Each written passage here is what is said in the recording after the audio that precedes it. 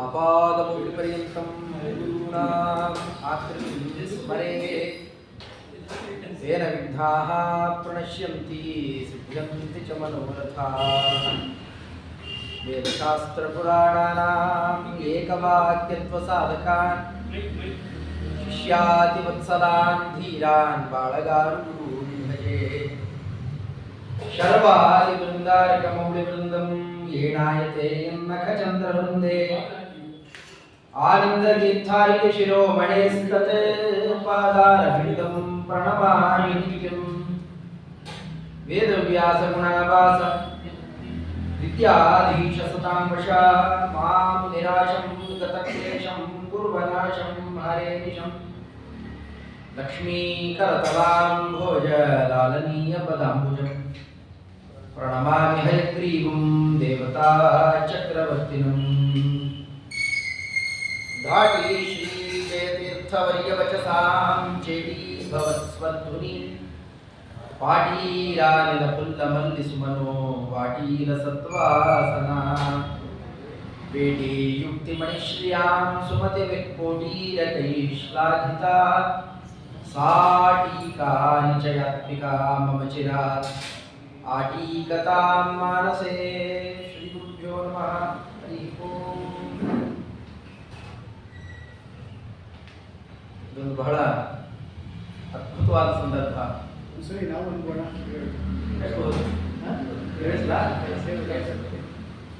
ಧಾಟಿ ಶ್ರೀ ಜಯತೀರ್ಥವರ್ಯವಚಸಾಂ ಚೇಟಿ ಭವತ್ಸ್ವಧ್ವನಿ ಪಾಟೀರಾನಿಲಪುಲ್ಲಮಲ್ಲಿ ಸುಮನೋ ವಾಟಿ ಲಸದ್ವಾಸನಾ ಪೇಟಿ ಯುಕ್ತಿಮಣಿಶ್ರಿಯಾಂ ಸುಮತಿಭಿಃ ಕೋಟೀರಕೈಶ್ಲಾಘಿತಾ ಸಾ ಟೀಕಾನಿಚಯಾತ್ಮಿಕಾ ಮಮ ಚಿರಾತ್ ಆಟೀಕತಾಂ ಮಾನಸೇ. ಸ್ತೋತ್ರ ಹೇಳ್ತಾ ಇದ್ರೆ ಬಾಯಿಗೆ ಒಂದು ಆಭರಣ ಇದ್ದಂತೆ. ಸೊಗಸಾದ ಅಷ್ಟೇ ಅಲ್ಲ, ಆ ಅಲಂಕಾರಕ್ಕೆ ಚಿತ್ರಣಗಳನ್ನು ಮಾಡಿದ್ದಾರಲ್ಲ, ಅದು ಎರಡು ರೀತಿಯಲ್ಲಿ. ಒಂದು ಆ ಕವಿಗೆ ಸತ್ಯಪ್ರಿಯಗೆ ಇರ್ತವರು ಅಂತ ಸ್ವಲ್ಪ ಅದರ ಬಗ್ಗೆ ಇನ್ನೇನೋ ಇತಿಹಾಸದಲ್ಲಿ ಕೆಲವು ಬಾಧೆಗಳು ಇದ್ದಾವೆ. ಆನಪ್ಪಾಚಾರ್ಯ ವಿಷಾಂತರು ಒಂದು ದೊಡ್ಡ ಮಧ್ಯದಲ್ಲಿ ಮುದ್ರಣ ಆಗುತ್ತೆ ಇಲ್ಲಿ. ಬಟ್ಟಂತೂ ಸತ್ಯಪ್ರಿಯ ತೀರ್ಥ ಶ್ರೀಪಾದಗಳವರು ಅನ್ನೋದು ವ್ಯಾಖ್ಯಾನಾದಿಗಳಲ್ಲೂ ಕೂಡ ಪ್ರಸಿದ್ಧವಾಗಿದೆ. ಮಹಾನುಭಾವರು, ದೊಡ್ಡ ಜ್ಞಾನಿಗಳು, ಟಿಪ್ಪಣಿಯನ್ನು ಕೊಟ್ಟವರು ಅವರು. ಚಂದ್ರಿಕಾಕ್ಕೆಲ್ಲ ಟಿಪ್ಪಣಿಯನ್ನು ರಚನೆ ಮಾಡಿದವರು ಮಹಾನುಭಾವರು. ಅವರು ಇದಕ್ಕೆ ಟೀಕಾಕೃತ್ಪಾದನ ಮಹತ್ವವನ್ನು ಕಂಡಾಗ ಅವರಲ್ಲಿ ಏನೋ ಒಂದು ಉದ್ಗಾರ ಬಂತು, ಚಿತ್ರಣ ಮಾಡಿದ. ಕೆಲವು ಸತಿ ಕವಿ ತುಂಬಾ ಜೋರಾಗಿರ್ತಾರೆ, ವರ್ಣನೆ ಮಾಡುವ ಶಕ್ತಿ ಅಪಾರ ಇರುತ್ತೆ, ಮಾಡಿಸ್ಕೊಳ್ಳೋರು ಜೊಳ್ಳಾಗಿಬಿಟ್ಟಿರ್ತಾರೆ. ಅವ್ರಲ್ಲಿ ಏನು ಮಹತ್ವನೇ ಇಲ್ಲ, ಯಾರ್ಯಾರೋ ಕೂರಿಸ್ಕೊಂಡು ಸಿಕ್ಕಾಪಟ್ಟೆ ಭಾಷಣ ಬಿಗಿತಾ ಇರ್ತಾರೆ ನೋಡಿ ರಾಜಕಾರಣಿಗಳು, ಅವರು ಹಾಗಾಗೋದಿದೆ. ಕೆಲವು ಸತಿ ಆ ವರ್ಣನೆಗೆ ಬೇಕಾದ ವ್ಯಕ್ತಿಗಳು ತುಂಬಾ ಸಾಧನೆ ಇರುತ್ತೆ, ತುಂಬಾ ಮಹತ್ವ ಇರುತ್ತೆ, ಆ ವರ್ಣನೆ ಮಾಡೋನಿರ್ತಾನೆ, ಆಗ ಯಾರು ಕಳಪೆ ಅಂತ ನಿಲ್ಲಿಸ್ಬಿಡ್ತಾರೆ. ಅವೇನ ಪ್ಯಾ ಪ್ಯಾ ಅಂತ ಅದನ್ನೇ ಹೇಳ್ತಾ ಇದ್ರೆ ಮಹತ್ವ ಬರಲ್ಲ. ಅವಾಗ ಎರಡು ಅಂದರೆ ಕವಿ ವರ್ಣನೆ ಮಾಡುವವರು ವರ್ಣನೀಯರು ಇಬ್ಬರೂ ಮಹತ್ವಪೂರ್ಣರಾಗಿದ್ದಾಗ ಬರುವಂತಹ ಕವಿತೆ ಇದೆಯಲ್ಲ ಅದರ ಮಹತ್ವನೇ ಇದೆ. ಇದು ಕವಿತಾ ದೃಷ್ಟಿಯಿಂದ ಅಷ್ಟೇ ನೋಡುವಂತಹದ್ದಲ್ಲ. ಜಗಡಿಯಲ್ಲಿ ಹರಿವಾಯುಗಳ ಅನುಗ್ರಹ, ನೈಜವಾಗಿ ಟೀಕಾಕೃತ್ಪಾದರ ಅನುಗ್ರಹವನ್ನು ನಮಗೆ ತಂದುಕೊಡುವಂತಹ ಅದು ಒಳ್ಳೆ ಚಿಂತಾಮಣಿ ಇದ್ದಂತೆ. ಸಾಧಾರಣ ಮಣಿಗಳನ್ನು ಏನ್ ಮಾಡ್ತೇವೆ ನಾವು, ಅಲ್ಲಿ ಕುತ್ತಿಗೆ ಮೇಲೆ ಹಾಕ್ಕೊತೇವೆ. ಇದು ಕುತ್ತಿಗೆ ಮೇಲೆ ಹಾಕೊಳ್ಳೋ ಮಣಿ ಅಲ್ಲ, ಇದು ಒಳಗೆ ಹಾಕೊಳ್ಳೋದು. ಅಂದ್ರೆ ಕಂಠದಲ್ಲೇ ಇಟ್ಕೊಳ್ಳೋದು, ಜೋರಾಗಿ ಬಾಯಿ ತುಂಬಾ ಹೇಳುವಂತಹ ಒಳ್ಳೆ ಹಾರ ಇದು. ಇದೆಲ್ಲ ನಮಗೆ ಅತ್ಯಂತ ಹೆಮ್ಮೆಯನ್ನು ತರುವಂತಹ ಸ್ತೋತ್ರ ರಾಶಿ. ಇದು ಗುರುಗುಣಸ್ತಮ ಮುಂತಾದವುಗಳು, ವಾಯುಸ್ತುತಿ, ಇದೆಲ್ಲ ಏನಿದೆ ಬೇರೆ ಸಿದ್ಧಾಂತದವರು ಇದನ್ನೆಲ್ಲ ನೋಡಿ ಇವು ನಮ್ಮಲ್ಲಿ ಇಲ್ಲಲ್ಲ ಅಂತ ಬೇಚಾಡಿದ್ದು ಇದೆ. ಅಂಥ ಮಹತ್ವಪೂರ್ಣವಾದ ಸ್ತೋತ್ರಗಳ ಸಾಲಲ್ಲಿ ಸೇರುವ ಟೀಕಾಕೃತ್ಪಾದರು ಒಂದು ಅದ್ಭುತವಾದ ಸ್ತೋತ್ರ ಇದೆ. ಸ್ವಲ್ಪ ಟೀಕಾಕೃತ್ಪಾದರ ಬಗ್ಗೆ ತಿಳಿದಾಗ ಈ ಸ್ತೋತ್ರದ ಮಹತ್ವವನ್ನು ಹೆಚ್ಚಾಗುತ್ತೆ. ಮುಖ್ಯವಾಗಿ ಜ್ಞಾನದ ಮಹತ್ವ ಗೊತ್ತಾಗಬೇಕು, ಜ್ಞಾನದ ಸ್ಥಾನ ನಮಗೆ ಅರ್ಥ ಆದಾಗ ಟೀಕಾಕೃತ್ಪಾದರ ಸ್ಥಾನ ಏನು ಅಂತ ಗೊತ್ತಾಗುತ್ತೆ. ಈಗ ನಮಗೆ ಜ್ಞಾನದ ಬಗ್ಗೆ ಹೇಳಿದ್ರೆ ಅಷ್ಟು ಗೊತ್ತಾಗಲ್ಲ. ನೀವು ಬೆಳ್ಳಿನೋ ಬಂಗಾರದ ಬಗ್ಗೆ ಇಲ್ಲ ದುಡ್ಡಿನ ಬಗ್ಗೆ ಹೇಳಿದ್ರೆ ಎಲ್ಲ ದೊಡ್ಡ ದೊಡ್ಡ ಪದವಿ ಇವತ್ತೇನು ಹೊರಗಡೆ ಪ್ರಸಿದ್ಧಿ ಇಲ್ಲ, ಅದ್ರ ಬಗ್ಗೆ ಹೇಳಿದ್ರೆ ಓ ಹಾಗ ಅಂತ ಅವರಲ್ಲಿ ಕರೆದು ಸನ್ಮಾನ ಮಾಡೋಣ ಅಂತ ನಮ್ಮಲ್ಲಿ ಏನಿರುವಂತಹ ಗೌರವ ಭಾವನೆ ತೋರಿಸ್ಕೊಳ್ಳಿಕ್ಕೆ ಹೋಗ್ತಾರೆ. ನೀವು ಅದೇನೇ ಶಾಸ್ತ್ರೀಯ ವಿಚಾರಗಳ ಬಗ್ಗೆ ಅದು ಇದು ಅಂತ ಹೇಳಿದ್ರೆ ಹೌದಾ ತುಂಬಾ ಹೇಳಿದ್ರೆ ಹೌದಾ ಏನೋ ನಮ್ಗೆ ಅರ್ಥ ಆಗಲ್ಲ ಅಷ್ಟೇ. ಯಾವುದು ನಿಜವಾದ ಸಂಪತ್ತು ಅನ್ನೋ ಅರಿವಿಲ್ಲ ನಮ್ಗೆ. ಅದು ಗೊತ್ತಾದಾಗ ನೀವು ಸಾಲಿಗ್ರಾಮಗಳನ್ನು ಪೂಜೆ ಮಾಡೋರು ಅದರಲ್ಲೇ ಮುಳುಗಿರೋರನ್ನ ಕೇಳಿ, ಮತ್ಸ್ಯ ಸಾಲಿಗ್ರಾಮ, ಲಕ್ಷ್ಮೀನಾರಾಯಣ ಹೌದಾ ಏನ್ ಬೆಲೆ ಹೇಳಿದ್ರು ಕೊಟ್ಟು ತಗೊಳ್ಳಿಕ್ಕೆ ಸಿದ್ಧ ಆಗ್ತಾರೆ. ಆ ಮಹತ್ವ ಗೊತ್ತಿದ್ದವನಿಗೆ. ಅದು ಗೊತ್ತಿಲ್ಲದೆ ಇದ್ದವನೊಬ್ಬ, ಇದು ನಾ ಹೇಳ್ತಾ ಇರೋಲ್ಲ, ಈ ಉದಾಹರಣೆ ಪದ್ಮನಾಭ ತೀರ್ಥರು ಅವತ್ತೇ ಹೇಳ್ತಾ ಇದ್ದಾರೆ, ಬಲಮುರಿ ಶಂಕ ಒಂದು ಸಿಕ್ಕಿದೆ. ಅದು ನಿಜ ಲಕ್ಷಣ ಏನು ಅಂತಂದ್ರೆ ಅದು ಎಷ್ಟು ಕುಟ್ಟಿದ್ರು ಅದು ಪುಡಿಯಾಗಲ್ಲ, ತುಂಬಾ ಗಟ್ಟಿ ಅಂತ ನಿಜವಾದ ಶಂಕ. ಸುಮ್ಮನೆ ನಾವು ನಮ್ಮ ಮನೆಯಲ್ಲಿರೋದೆಲ್ಲ ಪರೀಕ್ಷೆ ಮಾಡಬಾರ್ದು, ಮತ್ತೆ ಇರೋದು ಹೊಡೆದು ನಿಜವಾದ ಶಂಕ ತುಂಬಾ ಬೆಲೆ ಬಾಳುವಂತಹ ಕ್ರಮ ಹಾಗೆ ಇರುತ್ತೆ. ಅದು ನೋಡಿದ ಇವನು ಶಂಕ ಎಲ್ಲ ಕುಟ್ಟಿ ಒಂದಿಷ್ಟು ಸುಣ್ಣ ಮಾಡೋಣ ಅಟ್ಟೆ ಅವನು ಏನು ಉಪಯೋಗ ಎಲ್ಲ ಸಾಕ್ಬಿಡ್ತಾನೆ. ಯಾರಿಗೂ ಒಬ್ಬನಿಗೆ ಗೊತ್ತಿತ್ತು ಇದು ಸ್ವಲ್ಪ ಬೆಲೆ ಜಾಸ್ತಿ ಬರುತ್ತೆ, ಮೆಲ್ಲಗೆ ಅದನ್ನು ತಗೊಂಡು ಹೋದ. ಅವನೇನು ಬೆಲೆ ಕೊಟ್ಟೇ ಇರಲಿಲ್ಲ, ಅದಕ್ಕೆ ತಗೊಂಡು ಹೋದ. ಎಲ್ಲೋ ಮಾರಾಟಕ್ಕಿಂತ ಭಾರಿ ಬೆಲೆ ಬಂತು. ಅವನಿಗೆ ಅಟ್ಟೆ ಖುಷಿಯಾಗೋಯ್ತು, ಎಷ್ಟು ದುಡ್ಡು ಬಂತು ನನಗೆ. ಒಬ್ಬ ಒಳ್ಳೆ ರಾಜ, ಶ್ರೀಮಂತ, ಅತ್ಯಂತ ಶ್ರೀಮಂತ, ಅದನ್ನು ತಗೊಂಡು ಹೋದನು. ಅದಕ್ಕೆ ಬೆಳ್ಳಿ ಬಂಗಾರ, ಅದಕ್ಕೆ ರತ್ನಗಳು, ಏನೇನು ತನಕ ಶಕ್ತಿ ಇದೆ ಆ ಕವಚ ಹಾಕಿ ದೇವರ ಪಕ್ಕದಲ್ಲಿ ಇಟ್ಟು ಪೂಜೆ ಮಾಡಿದ್ನು. ಅವನಿಗೆ ಎಷ್ಟು ಸಂಪತ್ತು ಬಂತು ಅಂತ ಯಾನತ ವಚನ ಚಿತ್ತ ಗೋಚರ, ಬಾಯಿ ಮಾತ್ರ ಹೇಳೋದಲ್ಲ, ಇಷ್ಟಿರಬಹುದು ಅಂತ ಮನಸ್ಸಿನಲ್ಲಿ ಊಹೆನೂ ಮಾಡ್ಲಿಕ್ಕಾಗಿಲ್ಲ ಅಂತ ಅಷ್ಟೊಂದು ಸಂಪತ್ತು ಬಂತು. ನಿಜವಾದ ತತ್ವಜ್ಞಾನ ವೇದವ್ಯಾಸ ದೇವರು, ಶ್ರೀಮದಾಚಾರ್ಯರು, ಟೀಕಾಕೃತ್ಪಾದರು, ಮುಂದೆಲ್ಲ ಬಂದ ಜ್ಞಾನಿಗಳು ನಮಗೇನು ಕೊಟ್ಟು ಹೋಗಿದ್ದಾರಲ್ಲ, ಆ ಜ್ಞಾನ ದೊಡ್ಡ ಸಂಪತ್ತು. ತುಂಬಾ ದೊಡ್ಡ ವಸ್ತುವನ್ನು ಕೊಂಡ್ಕೊಳ್ಳಿಕ್ಕಾಗುವಷ್ಟು ನಮ್ಮಲ್ಲಿ ಏನಾದ್ರು ಸಂಪತ್ತಿದ್ರೆ ದೊಡ್ಡ ಸಂಪತ್ತು ಅಂತೆ. ಅಂಥ ಅಮೂಲ್ಯವಾದ ವಸ್ತು ಯಾವುದು? ಜೀವರಿಗೆ ನಮ್ಗೆ ಸ್ವಲ್ಪ ಪರಿಚಯ ಇದೆ, ಏನು ಪರಿಚಯ ಇದ್ದರೆ ನಾಸ್ತಿಕರಂತೂ ಅಲ್ಲ, ನಮ್ಮ ಪರಿಚಯ ಇದೆ. ತುಂಬಾ ಅಮೂಲ್ಯವಾದ ವಸ್ತು ಜೀವನದಲ್ಲಿ ಅದೊಂದು ಸಿಕ್ಕರೆ ಇನ್ನು ಯಾವ ಕೊರತೆಯೂ ಇರೋಲ್ಲ. ಯಾವುದು? ಮೋಕ್ಷ. ಜ್ಞಾನವಾದ ಜ್ಞಾನದ ಬಗ್ಗೆ ಸುಮ್ಮನೆ ಹೇಳ್ಬೇಕಷ್ಟೆ, ಜ್ಞಾನದ ಬೆಲೆ ನಮ್ಗೇನು ಗೊತ್ತಿಲ್ಲ. ನಿಜವಾಗಿಯೂ ಮೋಕ್ಷ ತಾನೆ. ಮೋಕ್ಷ ಅಂತಂದ್ರೆ ಏನು?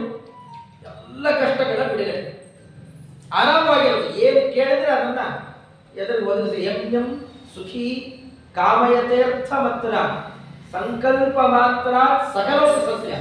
ಇವನು ಬಯಸೋದಕ್ಕೆ ಮುಂಚೆ ಇವನಿಗೆ ಬೇಕು ಅಂತ ಅನಿಸೋದಕ್ಕೆ ಮುಂಚೆ ಅದು ಬಂದು ನಿಂತಿರ್ಬೇಕು. ಇದು ನಿಜವಾದ ಮೋಕ್ಷದ ಸ್ಥಿತಿ. ಇದನ್ನ ನಾವು ಕೊಂಡ್ಕೊಳ್ಬೇಕು ಅಂತಾದ್ರೆ ದೊಡ್ಡ ಮನೆ ಬಂಗಲೆ ಗಿಂಗ್ಲೆ ಅದು ಇದು ಅಲ್ಲ, ಇಂಥದ್ದನ್ನ ಕೊಂಡ್ಕೊಳ್ಬೇಕಾಗಿದ್ದರೆ ಯಾವ ಸಂಪತ್ತು ಖರ್ಚು ಮಾಡಬೇಕು ಅಂತ ವಿಚಾರ ಮಾಡಿದಾಗ ಆ ಸಂಪತ್ತಿನ ಮಹತ್ವ ಗೊತ್ತಾಗುತ್ತೆ.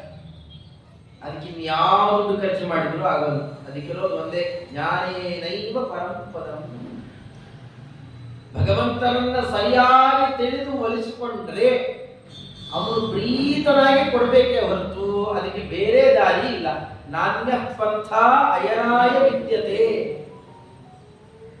ಹಾಗಾದ್ರೆ ಜ್ಞಾನ ಸಂಪಾದನೆ ಮಾಡುವುದು ಹೇಗೆ, ಎಲ್ಲಿ ಸಂಪಾದನೆ ಮಾಡಬೇಕು, ಯಾರು ಕೊಡ್ತಾರೆ, ಏನು ಎತ್ತ ಎಲ್ಲ ವಿಚಾರ ಮಾಡಿದಾಗ ಮಾನುಷ ಶರೀರಕ್ಕೂ ಮಹತ್ವ ಬರುತ್ತೆ ಮೊದಲನೇ. ಯಾಕೆ ಈ ಶರೀರದಲ್ಲಿ ಮಾತ್ರ ಜ್ಞಾನವನ್ನ ಎಳೆದಿಟ್ಟುಕೊಳ್ಬಹುದು, ಕೇಳಲಿಕ್ಕೆ ಹೇಳಲಿಕ್ಕೆ, ಒಳಗಡೆಯಲ್ಲಿ ಅದನ್ನು ಧಾರಣೆ ಮಾಡಲಿಕ್ಕಿರುವ ಒಂದೇ ಶರೀರ ಮಾನುಷ ಶರೀರ. ಪಶು ಪಕ್ಷಿ ಪ್ರಾಣಿಗಳು ಕಿವಿ ಕೀಟ ಯಾವುದೂ ಇಲ್ಲ. ಬ್ರಹ್ಮಾವಬೋಧ ನಿಷಣಂ ಪುರುಷಂ ವಿಧಾಯ ಬ್ರಹ್ಮಾವಬೋಧ ನಿಷಣಂ ಉದವಾಪದೇವ. ಭಗವಂತ ಬೇರೆ ಬೇರೆ ಎಲ್ಲ ಶರೀರಗಳನ್ನು ಸೃಷ್ಟಿ ಮಾಡಿ ಮಾಡಿ ಮಾಡಿ ಇದು ಇದಕ್ಕಾಯ್ತು ಕೆಲವು ಪ್ರಾರಬ್ಧ ಕರ್ಮ ಅನುಭವಿಸಲಿಕ್ಕೆ, ಅದಕ್ಕೆ ಇದಕ್ಕೆ ಎಲ್ಲ ವಿಂಗಡಣೆ ಮಾಡಿ ಮಾಡಿ ಕಡೆಗೆ ಈ ಮಾನುಷ ಶರೀರ ಸೃಷ್ಟಿ ಮಾಡಿದ ಮೇಲೆ ಇದು ಸರಿ ಇದೆ, ನನ್ನ ಅರ್ಥ ಮಾಡಿಕೊಳ್ಳಿಕ್ಕೆ ಸರಿ ಇದೆ, ಸಂಸಾರದ ಬಿಡುಗಡೆಗೆ ಈ ಶರೀರ ಸತ್ಯಾಗಿದೆ, ಅದನ್ನ ನಾವು ಅದಕ್ಕೆ ಬಳಕೆ ಮಾಡ್ತಾ ಇದ್ದೇವಾ? ಅದಕ್ಕೆ ಬಳಕೆ ಮಾಡ್ತಾ ಇಲ್ಲ. ಮಾನವ ಜನ್ಮ ದೊಡ್ಡದು, ಯಾತಕ್ಕೆ ದೊಡ್ಡದು ಅಂತ ಗೊತ್ತಿಲ್ಲ ನಮಗೆ. ದುಡ್ಡು ತುಗಾಡಿ ಅದು ಇದು ಸಂಪಾದನೆ ಮಾಡಲಿಕ್ಕೆ, ತಿಂದು ಉಂಟು ಮಜಾ ಹೊಡಿಲಿಕ್ಕೆ ಅಂತ ತಿಳ್ಕೊಂಡಿದ್ದೇವೆ. ಅದಕ್ಕೆಲ್ಲ ದೊಡ್ಡದು ಇದು. ಯಾತಕ್ಕೆ ದೊಡ್ಡದು? ಭಗವಂತನನ್ನೇ ಪಡೆದು ಬಿಡಬಹುದು. ಇನ್ನು ಅದಕ್ಕಿಂತ ಉನ್ನತ ವಸ್ತು ಇಲ್ಲ, ಅವನನ್ನೇ ಪಡೆದು ಬಿಡಬಹುದು. ಅಷ್ಟು ಅಮೂಲ್ಯವಾದ ಶರೀರ ಇದೆ. ದೊಡ್ಡದು ಈಗ ಹಾನಿ ಮಾಡೋದು ಬೇಡ, ಹುಚ್ಚಪ್ಪಗಳಿಲ್ಲ, ಎಲ್ಲೋ ಯಾವುದೋ ವಿಚಾರ ನಮ್ಗೆ ಸರಿಯಾದ ತಿಳುವಳಿಕೆಯಿಂದ ಅಡ್ಡದಾರಿ ಹಿಡಿತಾ ಇದ್ರೆ ಹುಚ್ಚರು ಹೋಗ್ತಾರೆ. ಸುಮ್ಮನೆ ಹುಚ್ಚರು ಅಂತ ಅಷ್ಟೇ ಇಲ್ಲ, ಹುಚ್ಚಪ್ಪಗಳಿಲ್ಲ. ಹುಚ್ಚಪ್ಪ ಹಂಗ್ಯಾಕೆ ಮಾಡಿದ್ವಿ ಅಂತ ನಮ್ಮಲ್ಲೇ ಯಾರು ನಮ್ಗೆ ಆಪ್ತರಾಗಿದ್ದು ತಪ್ಪು ದಾರಿ ಹಿಡಿತಾ ಇದ್ರೆ ಅವ್ರಿಗೆ ಆ ಮಾತು ಹೇಳಿ ತಿತ್ತುವ ಶಬ್ದ ಎಷ್ಟು ನೊಂದಾಡಿರ್ಬೇಕು. ಪುರಂದರದಾಸರು ಆ ಮಾತನಾಡುವಾಗ ನಮ್ಮೇಲಿನ ಕಾರುಣ್ಯದಿಂದ ಪ್ರೀತಿಯಿಂದ ಆಡುವ ಮಾತು. ಅಲ್ಲಿಗೆ ಮನುಷ್ಯ ಶರೀರ ಮಹತ್ವಪೂರ್ಣ ಅಂತ ಆಗ್ಬೇಕಾಗಿದ್ರೆ ಅದು ಜ್ಞಾನದ ಮೇಲೆ. ಭಾರತಕ್ಕೆ ಮಹತ್ವ ಅದಿದೆ ಇದಿದೆ, ಅದು ಕೊಟ್ಟರು ಇದು ಕೊಟ್ಟರು ಅವ್ರು ಅದಕ್ಕೆ ಹೇಳಿದ್ರು, ಅದಕ್ಕಲ್ಲ. ಈ ತತ್ವಜ್ಞಾನ ಈ ನೆಲದಲ್ಲಿ ಮಾತ್ರ ಸಿಗತ್ತಾದ್ದರಿಂದ ಈ ನೆಲಕ್ಕೆ ಮಹತ್ವ. ಇದನ್ನು ಯಾರು ಕೊಟ್ಟರಲ್ಲ ನಮಗೆ, ಅನೇಕ ಆಪತ್ತುಗಳ ಮಧ್ಯದಲ್ಲೂ ಅವುಗಳನ್ನೆಲ್ಲ ತಡೆದು ಎಂಥ ಆಪತ್ತು ಈ ತತ್ವಜ್ಞಾನ ಜಗತ್ತಿಗೆ ಬರಲೇಬಾರದು, ಮುಚ್ಚಾಕ್ಬಿಡಬೇಕು ಅಂತ ಎಷ್ಟೆಷ್ಟು ಪ್ರಯತ್ನ ಮಾಡಿದ್ದಾರೆ. ಇವತ್ತಿಗೂ ಆಕ್ರಮಣ ನಡೀತಾನೆ ಇದೆ. ಯಾರ ತಂಟೆಗೂ ಹೋಗಲ್ವಾ ಬ್ರಾಹ್ಮಣ? 2% ಇರೋರ ಯಾವ್ದಾರು ತಂಟೆಗೆ ಹೋಗ್ತಾರ? ತುಪ್ಪ ತಿನ್ನೋರು ಬ್ರಾಹ್ಮಣರು ಅಲ್ಲಲ್ಲ ಬಡ್ಕೋತಾನೆ ಇರ್ತಾರೆ. ಭಯ ಇದೆ. ಯಾಕೆ? ಜ್ಞಾನದೇ ಮಹತ್ವ. ತಿಳುವಳಿಕೆಯನ್ನು ಒಂದು ಕಡೆ ಸರಿಯಾಗಿ ಪ್ರಸಾರ ಮಾಡಿದ್ರು ಅಂತಂದರೆ ಎಲ್ಲ ಅದಕ್ಕೆ ವಶರಾಗ್ತಾರೆ. ಇದಕ್ಕೆಲ್ಲ ಮಾಪಕ ಯಾವುದು? ತತ್ವಜ್ಞಾನವೇ. ಇದನ್ನು ಕೆಡಿಸಲಿಕ್ಕೆ ಎಷ್ಟು ಪ್ರಯತ್ನ ಮಾಡ್ತಾ ಇದ್ದಾರೆ ಇವತ್ತಿಗೂ. ಮತಾಂತರ ಅಂತ ಅಲ್ಲ. ಮತ ಅಂದ್ರೆ ಏನು? ಮತ ಅಂದ್ರೆ ಮತಿ ವಿಷಯ ಅಂತ. ಮತ ಅಂತಂದ್ರೆ ನಮ್ಮ ಮತಿ ಬುದ್ಧಿಗೆ ವಿಷಯ ಪಟ್ಟಿದ್ದು. ಹೀಗಾಗಿ ಮಂತ್ರಗಳಲ್ಲೂ ಅತ್ಯಂತ ಉತ್ತಮವಾದ ಮಂತ್ರ ಯಾವ್ದಾಯ್ತು? ಧಿಯೋ ಯೋನ ಪ್ರಚೋದಯ. ನಮಗೆ ಬುದ್ಧಿ ಕೊಡು ಅಂತ ಕೇಳುವ ಮಂತ್ರವೇ ಅತ್ಯುನ್ನತ ಮಂತ್ರ. ಅದಕ್ಕಿಂತ ಉನ್ನತ ಮಂತ್ರ ಇಲ್ಲ. ಜ್ಞಾನಕ್ಕೆ ಸಂಬಂಧಪಟ್ಟಿದ್ದೆಲ್ಲ ಅಧಿಕ ಆಗುತ್ತೆ. ಯಾರು ಜ್ಞಾನ ಸಂಪಾದನೆ ಮಾಡ್ತಾರೆ ಅವರು ಅತ್ಯಧಿಕರಾಗ್ತಾರೆ. ಹೀಗಾಗಿ ತಾರತಮ್ಯವೂ ಕೂಡ, ತಾರತಮ್ಯದಲ್ಲಿ ಯಾರು ಅತ್ಯಂತ ಮೇಲಿದ್ದಾರೆ ಅಂತ ತೋರಿಸ್ತಾರೆ ಜೀವನದಲ್ಲಿ? ಬ್ರಹ್ಮವಾಯುಗಳು ಅಂತ ತೋರಿಸ್ತಾರೆ. ಯಾಕೆ? ಸರ್ವಜ್ಞ ಶಿಖಾಮಣಿಗಳು. ಅವ್ರಿಗಿರೋ ಅಷ್ಟು ತಿಳುವಳಿಕೆ ನಮ್ಗಿಲ್ಲ. ಅಂದ್ರೆ ಎಲ್ಲವನ್ನ ತೂಕ ಹಾಕುವಂತಹ ಒಂದು ದೊಡ್ಡ ಸಂಪತ್ತು ಅಂದ್ರೆ ಜ್ಞಾನ. ಅದನ್ನು ಸಂಪಾದನೆ ಮಾಡಲಿಕ್ಕೆ ಬಂದವರು ನಾವು. ಆ ನಿಟ್ಟಿನಲ್ಲಿ ನೋಡುವಾಗ ವೇದವ್ಯಾಸ ದೇವರು ಹಾಗೇನು ತತ್ವಜ್ಞಾನ ಅಷ್ಟೇ ಅಲ್ಲ, ಅವತಾರಗಳನ್ನು ನೋಡ್ತಾ ಬಂದ್ರಿ. ಭಗವಂತನ ಚರಿತ್ರೆಗಳನ್ನ ಸುಮ್ಮನೆ ಇನ್ನೊಬ್ಬರೇ ಹೇಳ್ಬೇಕಾದ್ರೆ ಸುಮ್ಮನೆ ಕೇಳಿಸಿಕೊಳ್ಳೋದು ಅಷ್ಟೇ ಅಲ್ಲ, ಸ್ವಲ್ಪ ಅಲ್ಲಿ ನಮ್ಮದು ಬುದ್ಧಿಯಲ್ಲಿ ಕೆಲಸ ಆಗ್ತದೆ. ಮನನ ಶುರು ಮಾಡಿದರೆ ಯಾವಾಗ ಭಗವಂತ ಪಟ್ಟನೆ ಓಡ್ಬರ್ತಾನೆ, ತಿನ್ನಕ್ಕಿಲ್ಲ ಉಣ್ಣಕ್ಕಿಲ್ಲ, ಬೇರೆ ಬೇರೆ ಏನೇನೋ ಆಕ್ರಮಣ ನಡೀತಾ ಇದೆ ಸ್ವಾಮಿ, ಹೀಗೆಲ್ಲ ಕೇಳ್ಕೊಂಡಿದ್ದಾರೆ. ಹಿರಣ್ಯಕಶಿಪು ಬಹಳ ತೊಂದರೆ ಕೊಡ್ತಾ ಇದ್ದಾನೆ, ನಮ್ಮ ಪದವಿ ಎಲ್ಲ ಕಿತ್ಕೊಂಡ್ಬಿಟ್ಟಿದ್ದಾನೆ, ನಾನಾ ರೀತಿಯಲ್ಲಿ ಹಿಂಸೆ ಕೊಡ್ತಾನೆ, ಹೊಡಿತಾನೆ ಬಡಿತಾನೆ, ಅನುಭವಿಸ್ತಾ ಇದ್ದಾನೆ. ಜ್ಞಾನಕ್ಕೆ ಹಾನಿ ಆಗ್ತಾ ಇದೆ, ಇಲ್ಲಿ ಅಜ್ಞಾನ ಪ್ರಸಾರ ಮಾಡ್ತಾ ಇದ್ದಾರೆ. ಅದೇ ಪ್ರಹ್ಲಾದರಾಜರು ತತ್ವಜ್ಞಾನವನ್ನು ಹಾಳು ಮಾಡ್ತೇನೆ, ಹೊಡೆದು ಬಡದು ಬೇಕಾದೆಲ್ಲ ಮಾಡಿದ, ಬರಲಿಲ್ಲ ಭಗವಂತ. ಪ್ರಹ್ಲಾದರಾಜರಿಗೆ ಎಷ್ಟು ಸತಿ ಹೊಡೆ ಬಿದ್ದಿದೆ, ಹಾಗೆಲ್ಲ ಓಡಿ ಬಂದ, ಬರಲಿಲ್ಲ. ಯದವೋಚದ ಅಸತ್ ವಿಧಿತ್ಸು, ಇನ್ನೊಬ್ಬ ದೇವರಿಲ್ಲ, ಮದಪರಣ್ಯ, ನನ್ನ ಬಿಟ್ಟು ಇನ್ನೊಬ್ಬ ಇಲ್ಲ, ಇವತ್ತು ಅದನ್ನು ಸಮರ್ಥನೆ ಮಾಡ್ತೇನೆ ಅಂತ ಅಜ್ಞಾನ ಪ್ರಸಾರ ಮಾಡಲಿಕ್ಕೆ ಹೋದಾಗ ತಕ್ಷಣ ಕಂಬ ಒಡೆದು ಬಂತು. ಆಚಾರ್ಯ ತಿಳಿಸಿಕೊಟ್ಟಿದ್ದೇನೆ, ನರಸಿಂಹದೇವರು ಅಂದ್ರೆ ಬಗಿತಾನೆ, ತಿಂತಾನೆ, ಕುಡಿತಾನೆ, ಹಾರಾಟ ಮಾಡ್ತಾನೆ, ಕುಣಿದಾಡ್ತಾನೆ ಅಲ್ಲ. ನರಸಿಂಹ ಅಖಿಲಾಜ್ಞಾನ ಮತಧ್ವಾಂತ ದಿವಾಕರ. ನಾವು ನೋಡ್ಬೇಕಾದ ಅದೇ ದೃಷ್ಟಿಯಲ್ಲಿ ನಿಮಗೆ ಯಾವ ತಪ್ಪು ತಿಳುವಳಿಕೆ ಬಂದರೂ ನರಸಿಂಹಾವತಾರದ ಬಗ್ಗೆ ಕೇಳಿ, ಅಲ್ಲಿ ಉತ್ತರ ಇದೆ. ಮಂತ್ರ ಜಪ ಮಾಡಿದರೆ ಏನೋ ಬಂದ್ಬಿಡುತ್ತಲ್ಲ, ಹಾಗಲ್ಲ. ಯುಕ್ತಿಯಿಂದ ವಿಚಾರ ಮಾಡಿದರೆ ನೀವು ಯಾವ ತಪ್ಪು ಕಲ್ಪನೆ ಇದ್ರೂ ಅದಕ್ಕೆ ಉತ್ತರ ಆಗಿದೆ. ಅಂದರೆ ತುಂಬಾ ಮುಖ್ಯವಾಗಿ ಬೇಕಾಗಿರುವಂತಹ ಕ್ರಮ ಇದು. ನಾವು ಸೂಕ್ಷ್ಮ ಗಮನಿಸ್ತಾ ಹೊರಟ್ರೆ ಎಲ್ಲಾದರೂ ತತ್ವಜ್ಞಾನಕ್ಕೆ ಆಪತ್ತು ಬರುತ್ತೆ ಅಂತ ಗೊತ್ತಾದ್ರೆ ತಟ್ಟನೆ ಓಡಿ ಬರ್ತಾನೆ. ಜ್ಞಾನಿಗಳನ್ನು ಎತ್ತಿ ಹಿಡಿತಾನೆ, ಜ್ಞಾನಿಗಳನ್ನು ಅತ್ಯಂತ ಪ್ರಿಯ ಅಂತ ತೋರಿಸ್ತಾನೆ. ಅವರಿಗೆ ಯಾವ ಆಪತ್ತು ಬರ್ಲಿಕ್ಕೆ ಬಿಡೋಲ್ಲ. ಬಲದಲ್ಲಿ ಸ್ವಲ್ಪ ಏನಾರು ಆಪತ್ತು ಬಂದರೆ ಇಲ್ಲಿ ನಿಧಾನ ಮಾಡೋಣ. ಜ್ಞಾನಕ್ಕೆ ಏನಾದ್ರು ಹಾನಿ ಆಗುತ್ತೆ ಅಂತಂದ್ರೆ ತತ್ಕಾಲಕ್ಕೆ ತಾನೇ ಬರ್ತಾನೆ. ಬೇರೆ ಯಾರನ್ನಾರ ಕಳಿಸ್ಕೊಡ್ತಾನೆ ಬೇರೆ ಕಡೆಯಿಂದಲ್ಲ, ಜ್ಞಾನದ ವಿಚಾರದಲ್ಲಿ ತಾನೇ. ಯಾಕೆ? ಆ ಜ್ಞಾನದಿಂದ ಉದ್ಧಾರ ಆಗಲಿ ಅಂತಲೇ ನಮ್ಮನ್ನು ಇಲ್ಲಿಗೆ ತಂದು ಹಾಕಿರೋದು. ಅದಕ್ಕೆ ಹಾನಿ ಆಗಬಾರದು, ಅದಕ್ಕೆ ಯಾವ ರೀತಿಯಲ್ಲೂ ಆಪತ್ತು ಬರಬಾರದು. ಈ ವ್ಯವಸ್ಥೆಯನ್ನು ಕಾಪಾಡ್ತಾ ಇದ್ದಾನೆ ದೇವರು. ಇದನ್ನೆಲ್ಲ ನಾವು ಸ್ವಲ್ಪ ಹೆಚ್ಚು ಈ ನಿಟ್ಟಿನಿಂದ ನೀವು ಬೇರೆ ಭಾಗವತ, ಭಾರತ, ರಾಮಾಯಣಗಳನ್ನು ಕೇಳ್ತಾ ಹೋಗಿ ಆ ಮಾರ್ಗನೇ ಬೇರೆ ಆಗುತ್ತೆ. ಅದರಿಂದ ಸ್ವಯಂ ಇಡೀ ತತ್ವಜ್ಞಾನದ ವ್ಯವಸ್ಥೆಯನ್ನ ವ್ಯಾಸರೂಪದಲ್ಲಿ ಭಗವಂತ ತಾನೇ ಜವಾಬ್ದಾರಿ ತಗೊಂಡಿದ್ದಾನೆ. ಆ ಜವಾಬ್ದಾರಿಯ ಕಾಲದಲ್ಲಿ ನಾವಿದ್ದೇವೆ. ಬೇರೆ ಬೇರೆಯವರೆಲ್ಲ ವ್ಯಾಸ ಆ ಪದವಿಯಲ್ಲಿ ಬರೋರು ತುಂಬಾ ಜನ ಇದ್ದಾರೆ, ಹಿಂದೆ ಮುಂದೆಲ್ಲ ಬೇಕಾದ ಜನ ಇದ್ದಾರೆ. ವಿಷ್ಣು ಪುರಾಣ ನೋಡಿದ್ರೆ 29 ಜನರ ಪಟ್ಟಿ ಸಿಗತ್ತೆ ನಮಗೆ. 28ನೇ ಮನ್ವಂತರದಲ್ಲಿ ನಾವಿದ್ದೇವೆ, 28ನೇ ಮಹಾಯುಗದಲ್ಲಿ. 29ನೇ ಮಹಾಯುಗಕ್ಕೂ ಮುಂದಿನ ಮಹಾಯುಗದಲ್ಲೂ, ಮುಂದಿನ ಕೃತಾಚರಿತ ದ್ವಾಪರದಲ್ಲೂ ಮತ್ತೆ ಪುರಾಣ ರಚನೆ ಆಗಬೇಕು. ಆಗ ದ್ರೌಣಿ ವ್ಯಾಸ ಅಶ್ವತ್ಥಾಮಾಚಾರ್ಯರಿಗೆ ಆ ಅವಕಾಶ. ಹಿಂದೆ ಪರಾಶರಾದಿಗಳೆಲ್ಲ ಮಾಡಿದ್ದಾರೆ.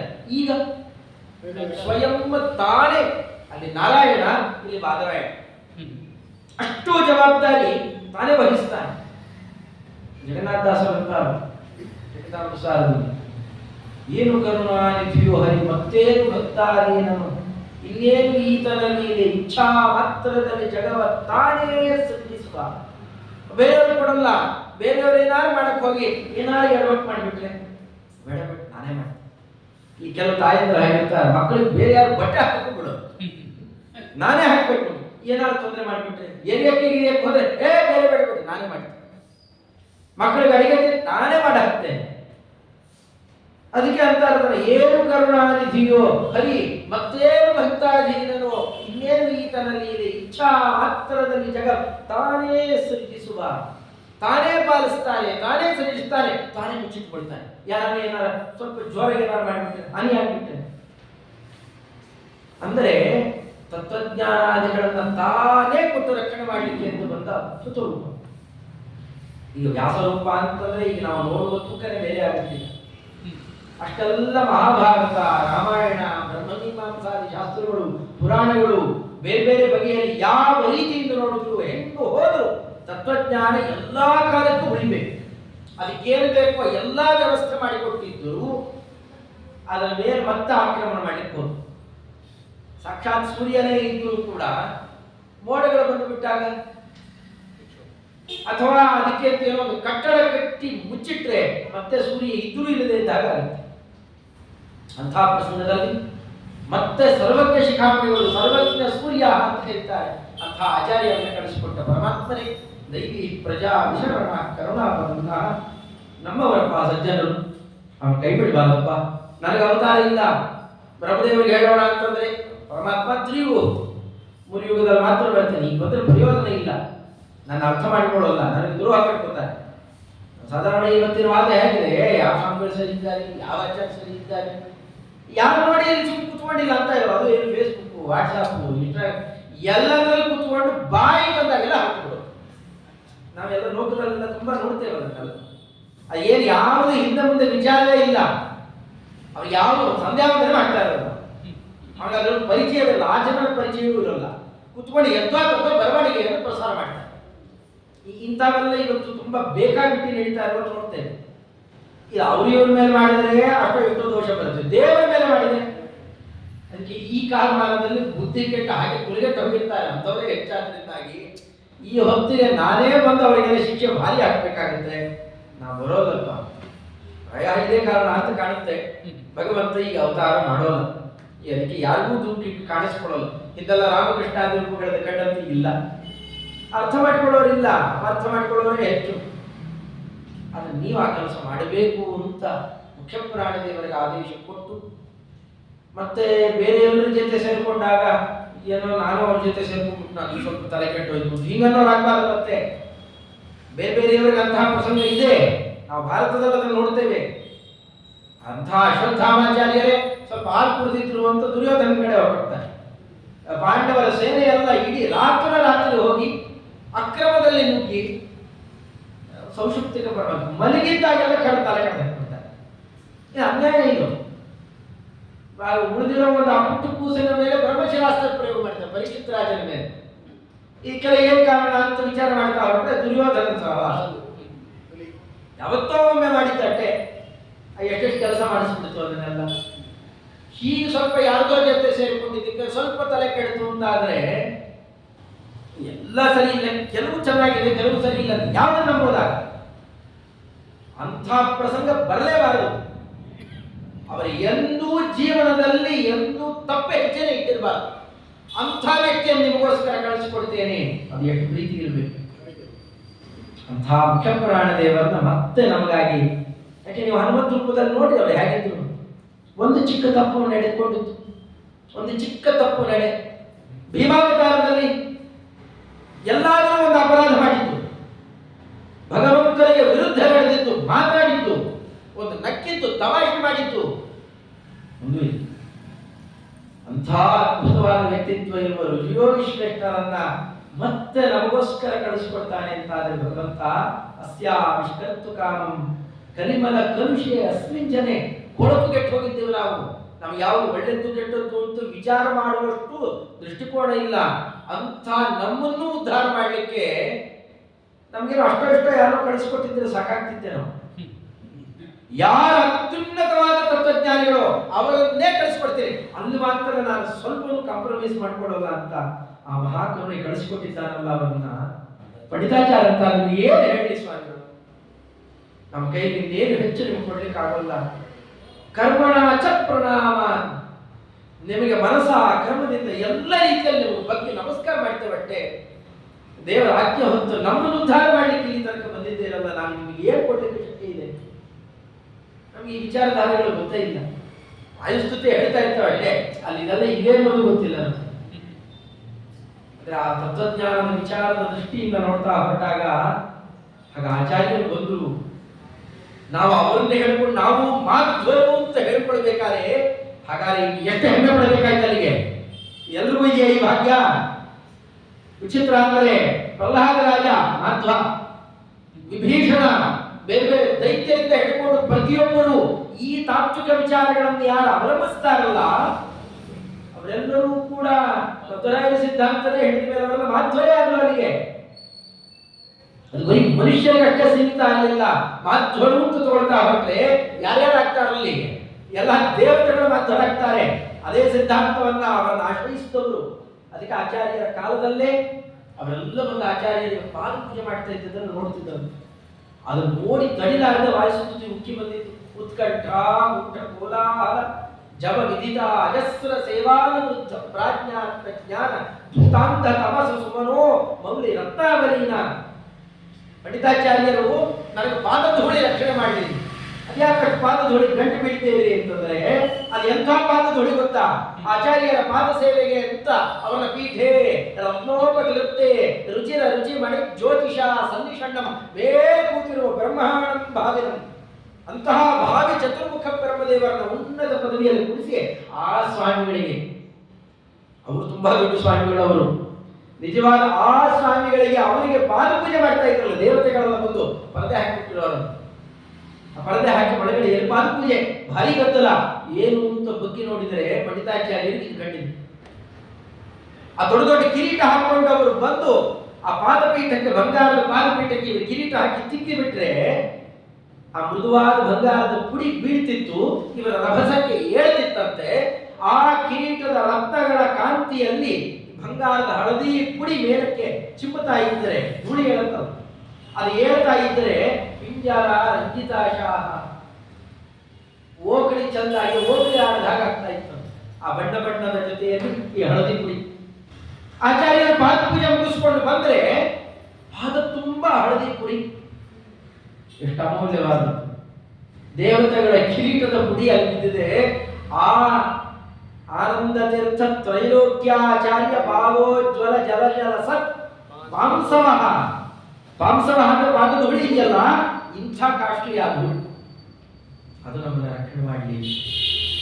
ಅಲ್ಲಿಗೆ ಮಾಧ್ವರು ಅಂತಾದ್ರೆ ಆ ವಾಯು ನಮ್ಮ ಕುಲಗುರುರಾಯರು ಯಾರ್ಯಾರು ಹೇಳ್ಕೊಳ್ತಾ ಇದ್ದಾರೆ ಇವತ್ತು. ದುರಭಿಮಾನದಿಂದ ಹೇಳೋದಲ್ಲ, ವೇದಶಾಸ್ತ್ರಗಳನ್ನ ಬೇರೆ ಬೇರೆ ತನ್ನ ವಿವೇಕದಿಂದ ಚಿಂತನೆ ಮಾಡಿದರೆ, ದುರಾಗ್ರಹ ಬಿಟ್ಟು ವಿಮರ್ಶೆ ಮಾಡಿದರೆ ನಿಮಗೆ ಎಷ್ಟು ದೊಡ್ಡ ಮಹತ್ವ ಇದೆ. ಆ ಮಾಧ್ವರು ಅನ್ನುವ ಶಬ್ದಕ್ಕೆ ಮಧ್ವಾಕ್ಯಂ ಮಂತ್ರ ಸಿದ್ಧಂ ಕಿಮತ ಕೃತವತ್ವ ಮಾರುತಸ್ಯ ಅವತಾರ. ಅಂಥ ಮಹತ್ವವನ್ನು ನಮಗೆ ಕೊಟ್ಟಿದ್ದಾರೆ. ಅದಕ್ಕೆ ಜ್ಞಾನಿಗಳ ಆಕ್ರಮದಲ್ಲಿ ಹೇಳ್ತಾ, ಜನ್ಮವೆತ್ತಿ ಮಧ್ವಮತವ ಅನುಸರಿಸಿ ನಡೆಯಿರು ಸುಮ್ಮನದಿ ಶ್ರೀಕೃಷ್ಣ ತನ್ನ ಲೋಕ ಕೊಡು. ಏನು ಬೇಡ, ನೀವು ಅದು ಮಾಡಿ ಇದು ಮಾಡಿ, ತೀರ್ಥಕ್ಷೇತ್ರ ಯಾತ್ರೆ ಗೌರಿ ಗದ್ದಲಗೆ ಏನೂ ಮಾಡೋದು ಬೇಡ.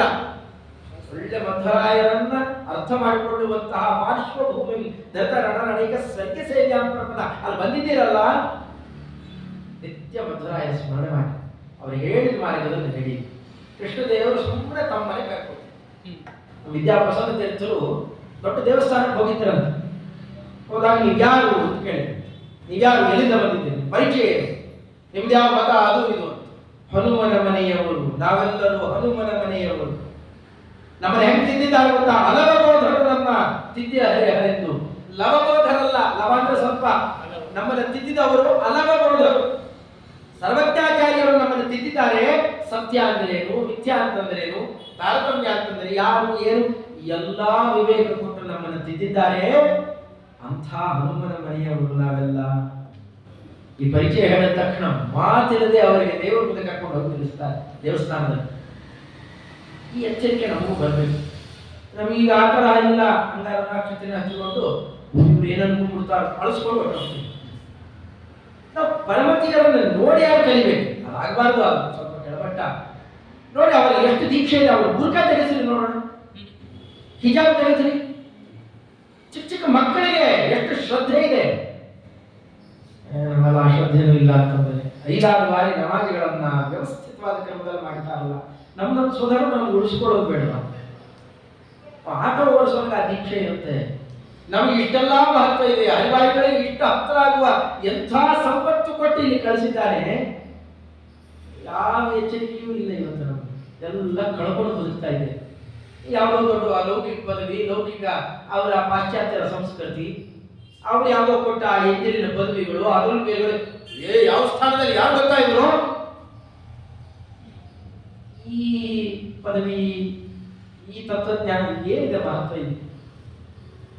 ನನ್ನ ದೃಷ್ಟಿಯಿಂದ ಹೊರಬಂದು ಹರಿವಾಯುಗಳಿಗೆ ನಮಗೇನು ಒಳಗಡೆ ಉಸಿರಾಡಿಸ್ತಾ ಇದ್ದಾನೆ ಅವರ ದೃಷ್ಟಿಯಿಂದ ನೋಡ್ತಾ ಬಂದಾಗ ವೇದವ್ಯಾಸದೇವರು ಕೊಟ್ಟ ತತ್ವಜ್ಞಾನ ಎಂಥ ತತ್ವಜ್ಞಾನ. ಅದನ್ನ ಆಚಾರ್ಯರು ಮತ್ತೆ ಮತ್ತೆ ನಮಗೆ ಹೇಗೆ ಬೇಕೋ ಹಾಗೆ ತಿದ್ದಿಕೊಟ್ಟರಲ್ಲ, ಹಾಳಾಗದೆ ಇದ್ದಂತೆ. ಅವರ ಮಹತ್ವ ಏನು? ಆಚಾರ್ಯರು ಬಹು ಸಂಕ್ಷಿಪ್ತ, ಬಹು ಗಂಭೀರ. ಅವರ ಸ್ಥಾನ ಎಂತಾಯ್ತು, ಬ್ರಹ್ಮ ಪದವಿ. ಬಹಳ ಮಾತಾಡೋರಲ್ಲ. ಏನ್ ಬೇಕೋ ಅಷ್ಟೆಲ್ಲ ಮಾಡಿ ನಮ್ಮ ವಾರಸಿತರು ಮಾತನಾಡ್ತಾರೆ. ಬಹುಧಾನ್ಯ ನಾಮ ಸಂವತ್ಸರದಲ್ಲಿ ಅವರು ಪ್ರಯಾಣ ಮಾಡಿದಂತೆ. ಲೋಕ ಪ್ರಸಿದ್ಧಿಯನ್ನು ಹಿಂಗಲ ಅಂತ ಕರೀತಾರೆ. ಅದರ ಯುಕ್ತಿಯುಕ್ತವಾಗಿ ತಿಳಿಸ್ತಾರೆ. ಬಹುಧಾನ್ಯ ನಾಮ ಸಂವತ್ಸರದಲ್ಲಿ ಅವರು ಪ್ರಯಾಣ ಮಾಡಿದಂತೆ. ಯಾಕೆ ಅಂದ್ರೆ ನಿಮಗೆ ಬಹುಧಾನ್ಯ ಕೊಟ್ಟಿದ್ದೇನೆ. ಸರ್ವಮೂಲ ಗ್ರಂಥಗಳು ಅಂದ್ರೆ ಧಾನ್ಯಗಳಿದ್ದಾಗೆ, ಬೇಕಾಷ್ಟು ಧಾನ್ಯ ರಾಶಿ ಇದೆ. ಹೊಟ್ಟೆ ಹಸಿವು ಅಂತ ಯಾರು ಅನ್ನಲೇಬಾರದು, ರೋಗ ರುಜಿನ ಬರಬಾರದು. ಪೌಷ್ಟಿಕಾಂಶಕ್ಕೆ ಏನು ಬೇಕೋ ಬೇಕಾಷ್ಟು ಧಾನ್ಯ ಕೊಟ್ಟಿದ್ದೇವೆ. ಮತ್ತು ಬರೀ ಧಾನ್ಯ ತಿನ್ಲಿಕ್ಕಾಗಲ್ವಲ್ಲ, ಮುಂದೆ ನೋಡಿ ಬರ್ತಾರೆ ಟೀಕಾಕೃತ್ಪಾದರು, ಅದರಂತೆ ಮಧುರಾಧಿಪತಿಗಳು, ವ್ಯಾಸರಾಜರು ಅವರೆಲ್ಲ ನಿಮಗೆ ಬೇಯಿಸಿ ಕೊಡ್ತಾರೆ, ಬಗೆ ಬಗೆಯ ಭಕ್ಷ್ಯಗಳನ್ನು ಮಾಡಿಕೊಡ್ತಾರೆ. ಅದರ ನೀವು ಬರೀ ಧಾನ್ಯನೇ ಬರೋದು, ಈಗ ತರಕಾರಿ ಬರೋದು. ಈಗ ಆ ಧಾನ್ಯಗಳನ್ನೆಲ್ಲ ಅವರು ಬೇಯಿಸಿ ಕೊಡ್ತಾರೆ. ಅದನ್ನು ತಗೊಳ್ರಿ, ನಮಗಲ್ಲೂ ಆಗಲ್ಲ, ನಾವು ಗಂಟಲಲ್ಲಿ ಹಿಡಿತಾರೆ, ಏನೋ ಸಮಸ್ಯೆ ಆಗಿದೆ, ನಮಗೆ ಗಂಜಿ ಬೇಕು ಅಂತ ನಮ್ಮವರಿಗೆ ದಾಸರಾಯ ಪದಬದ್ಧ ಸುಳಾದಿಗಳ ಮೂಲಕ ಇದನ್ನೇ ಇಟ್ಟು ಗಂಜಿ ಮಾಡಿ ಕೊಟ್ಟಿದ್ದಾರೆ. ಇದೆಲ್ಲ ಪದಬದ್ಧ ಸುಳಾದಿಗಳನ್ನೆಲ್ಲ ನೋಡ್ತಾ ಹೊರಟು ಆ ಕ್ರಮದಲ್ಲಿ ಅಷ್ಟು ಸುಲಭ ಮಾಡಿಕೊಟ್ಟಿದ್ದಾರೆ. ನಮ್ಗೆ ಗಂಟಲಲ್ಲಿ ಹಿಡಿದು ಪುಷ್ಟಿ ಬರಲಿ. ಅದರದ್ದೇ ಬೇರೆ ಬೇರೆ ಆಯಾಮಗಳಷ್ಟೇ. ಆಚಾರ್ಯರ ಆ ಕ್ರಮದಲ್ಲಿ ಕೊಟ್ಟು ಹೋದ್ಮೇಲೆ ನೈಜವಾದ ಅರ್ಥ ಏನದಕ್ಕೆ, ಅದನ್ನು ಏನೋ ಕಷ್ಟಪಡಿಸಿ ಹೇಳಿದ್ದನ್ನು ಇನ್ನಷ್ಟು ಏನಂತಾರ ಕಾಂಪ್ಲಿಕೇಟೆಡ್ ಆಗಿ ಅದನ್ನು ಇನ್ನಷ್ಟು ಇದ್ದದ್ದನ್ನು ಇನ್ನಷ್ಟು ಗಬ್ಬೆಬ್ಬಿಸ್ಬಿಡೋದು. ಈ ಅಂಥದ್ದು ನಾವು ತುಂಬ ಸಾಹಿತ್ಯಗಳನ್ನು ನೋಡ್ತೇವೆ. ಇಲ್ಲಪ್ಪ ಇದಕ್ಕೇನೋ ಮೂಲನೇ ಚೆನ್ನಾಗಿದೆ. ಕೆಲವು ಈ ಕನ್ನಡ ಅನುವಾದಗಳು ಈಗ ಬರ್ತಾ ಇದ್ದಾವಲ್ಲ, ಹೆಚ್ಚು ಆ ಪರಿಸ್ಥಿತಿ ಇದೆ. ಅದು ದೊಡ್ಡ ದೊಡ್ಡ ಗ್ರಂಥಗಳಿಗೆ, ಸುಧಾರಿತ ಗ್ರಂಥಗಳಿಗೆ ಕನ್ನಡ ಅನುವಾದ ಅಂತ ಮಾಡಿ ಹೋಗ್ತಾರಲ್ಲ. ಸಮಸ್ಯೆ ಏನಾಗಿದೆ ಅಂದ್ರೆ ಮೂಲ ನೋಡಿದ್ರೆ ಅರ್ಥ ಆಗುತ್ತೆ, ಚೆನ್ನಾಗಿ ಶಾಸ್ತ್ರ ಬಂದವರೆಗೂ ಕನ್ನಡ ನೋಡಿದ್ರೆ ತಲೆಗೆಟ್ಟು ಅಷ್ಟು ಅದ್ಭುತವಾದ ಅನುವಾದಕರೆಲ್ಲ ಇದ್ದಾರೆ ಈ ಮಹಾನುಭಾವರು. ಮೂಲದ ಸೊಗಡನ್ನ ಹಾಳಗೆಡಿಸುವಂತಹ ಕ್ರಮದಲ್ಲೆಲ್ಲ ಇದೆ. ಆ ರೀತಿ ಮಾಡುವ ಟೀಕಾ ಟಿಪ್ಪಣಿಕಾರರು ಕಾಣ್ತೇವೆ. ಟೀಕಾಕೃತ್ಪಾದರ ಹಾಗಲ್ಲ. ಅದಕ್ಕೆ ಸರಿಯಾಗಿ ವಿವರಣೆಯನ್ನ ಕೊಡಬೇಕಾಗಿದ್ದರೆ ಅವರ ಶೈಲಿ ಏನು, ಇಡೀ ಸ್ತೋತ್ರಕ್ಕೆ ಪ್ರೇರಕ ಶಕ್ತಿ ಅದು. ಒಂದು ಪುಟ್ಟ ವಾಕ್ಯ ಇದೆಯಲ್ಲ, ಅವರನ್ನ ನಿತ್ಯ ಆರಾಧನೆ ಮಾಡ್ತಾ ಇದ್ದಂತಹ ಮುನಿತ್ತರೆಯರಲ್ಲೇ ಸೇರುವ ಮತ್ತೊಬ್ಬ ಮಹಾನುಭಾವರು ವ್ಯಾಸರಾಜರು ಅವರ ಮಾತನ್ನ, ಟೀಕಾಕೃತ್ಪಾದರ ಮಾತು ಹೇಗಿದೆ ಅಂತ ಜೀವನ ಹೃದಯದಲ್ಲಿ ಅಳವಡಿಸಿಕೊಂಡವರು. ಟೀಕಾಕೃತ್ಪಾದರನ್ನು ಮಾತಾಡಿದ್ದಾರೆ ಅಂತಂದ್ರೆ ದೂರ ನಿಂತು ಕೈ ಮುಗಿದು ನಿಲ್ತಾರೆ. ಅವರ ಗ್ರಂಥಗಳನ್ನು ನೋಡಬಹುದು. ತರ್ಕತಾಂಡವದಲ್ಲಿ ಪ್ರತಿ ಹೆಜ್ಜೆಗೆ ಮೂಲ ಸಮ್ಮತಿ ಎಂದು ತೋರಿಸ್ತಾರೆ. ಆ ಮೂಲ ಗ್ರಂಥ ಯಾವುದು ಗೊತ್ತಾ? ಟೀಕಾಕೃತ್ಪಾದರ ವಾಕ್ಯಗಳು. ಟೀಕಾಕೃತ್ಪಾದರು ಅಂದ್ರೆ ತಲೆ ಮೇಲೆ ಹೊತ್ತು ಮೆರೆದಿದ್ದಾರೆ. ಅಷ್ಟು ಅದ್ಭುತವಾದ ಅವರ ಮೇಲೆ ಆ ಭಕ್ತಿ ತೋರಿಸಿದವರು ಚಂದ್ರಿಕಾಚಾರ್ಯ. ಅದಕ್ಕಂತಾರೆ ಟೀಕಾ ಗಾಂಭೀರ್ಯ ಉದ್ಧರ್ತು ವ್ಯಾಸತೀರ್ಥಾಲಯ ಕ್ಷಮಾಹ. ಒಂದೊಂದು ವಾಕ್ಯ ತಗೊಂಡ್ರೆ ಅದಕ್ಕೆ ಎಷ್ಟು ಅಭಿಪ್ರಾಯ, ಎಲ್ಲಿ ತನಕ ತಗೊಂಡು ಹೋಗಬೇಕು, ಎಷ್ಟು ತೂಕ ಇಟ್ಟು ಮಾತಾಡಿದ್ದಾರೆ ಮಹಾನುಭಾವರು ಅಂತ ಅನ್ನೋದರ ವಿವರಣೆ ನೋಡಬಹುದು. ಚಂದ್ರಿಕಾ ಆದರ ಮಾಡುವವರು ಟೀಕಾಕೃತ್ಪಾದರ ಒಟ್ಟಾರೆ ಮಹತ್ವ ಏನು? ಜೈತೀರ್ಥರು ಅಂತ ಕರೆಯೋದಕ್ಕಿಂತ ಹೆಚ್ಚು ಟೀಕಾಕಾರರು ಅಂತ, ಟೀಕಾಕೃತ್ಪಾದರು ಅಂತಲೇ ಕರೆಯೋದು, ಟೀಕಾಚಾರ್ಯರು ಅಂತಲೇ. ವ್ಯಕ್ತಿಯನ್ನ ನಾವು ಅವರ ನಿಜ ಹೆಸರಿಗೂ ಮಿಗಿಲಾಗಿ ಅವರ ಗ್ರಂಥಗಳನ್ನು ಉಲ್ಲೇಖ ಮಾಡ್ತೇವೆ ಅಂತಾದಾಗ ಇನ್ನೆಷ್ಟು ಉಪಕಾರ ಪಡೆದಿರ್ತಾರೆ ಶೇಷಚಂದ್ರಿಕಾಚಾರ್ಯರು, ಚಂದ್ರಿಕಾಚಾರ್ಯರು, ಹಾಗೆ ಟೀಕಾಕೃತ್ಪಾದರು. ಎಲ್ಲ ಕಲಿಬೇಕಾಗಿದ್ದರೆ ಅವರನ್ನ ಆ ಗ್ರಂಥಗಳಿಂದ ಇನ್ನೆಷ್ಟು ಉಪಕಾರ ಪಡೆದಿರ್ತಾರೆ. ಆ ಲಕ್ಷ್ಮೀನಾರಾಯಣ ತೀರ್ಥರು ಅಂತ ಹೆಸರು ಅಂತ ಗೊತ್ತೇ ಇಲ್ಲ ಎಷ್ಟೋ ಜನ. ಶನಿಭಾಗರಾಜರು ಅಂತಲೇ ಪ್ರಸಿದ್ಧಿ. ಎಷ್ಟೋ ಜನ ಹಾಗಾಗಿದ್ದಾರೆ.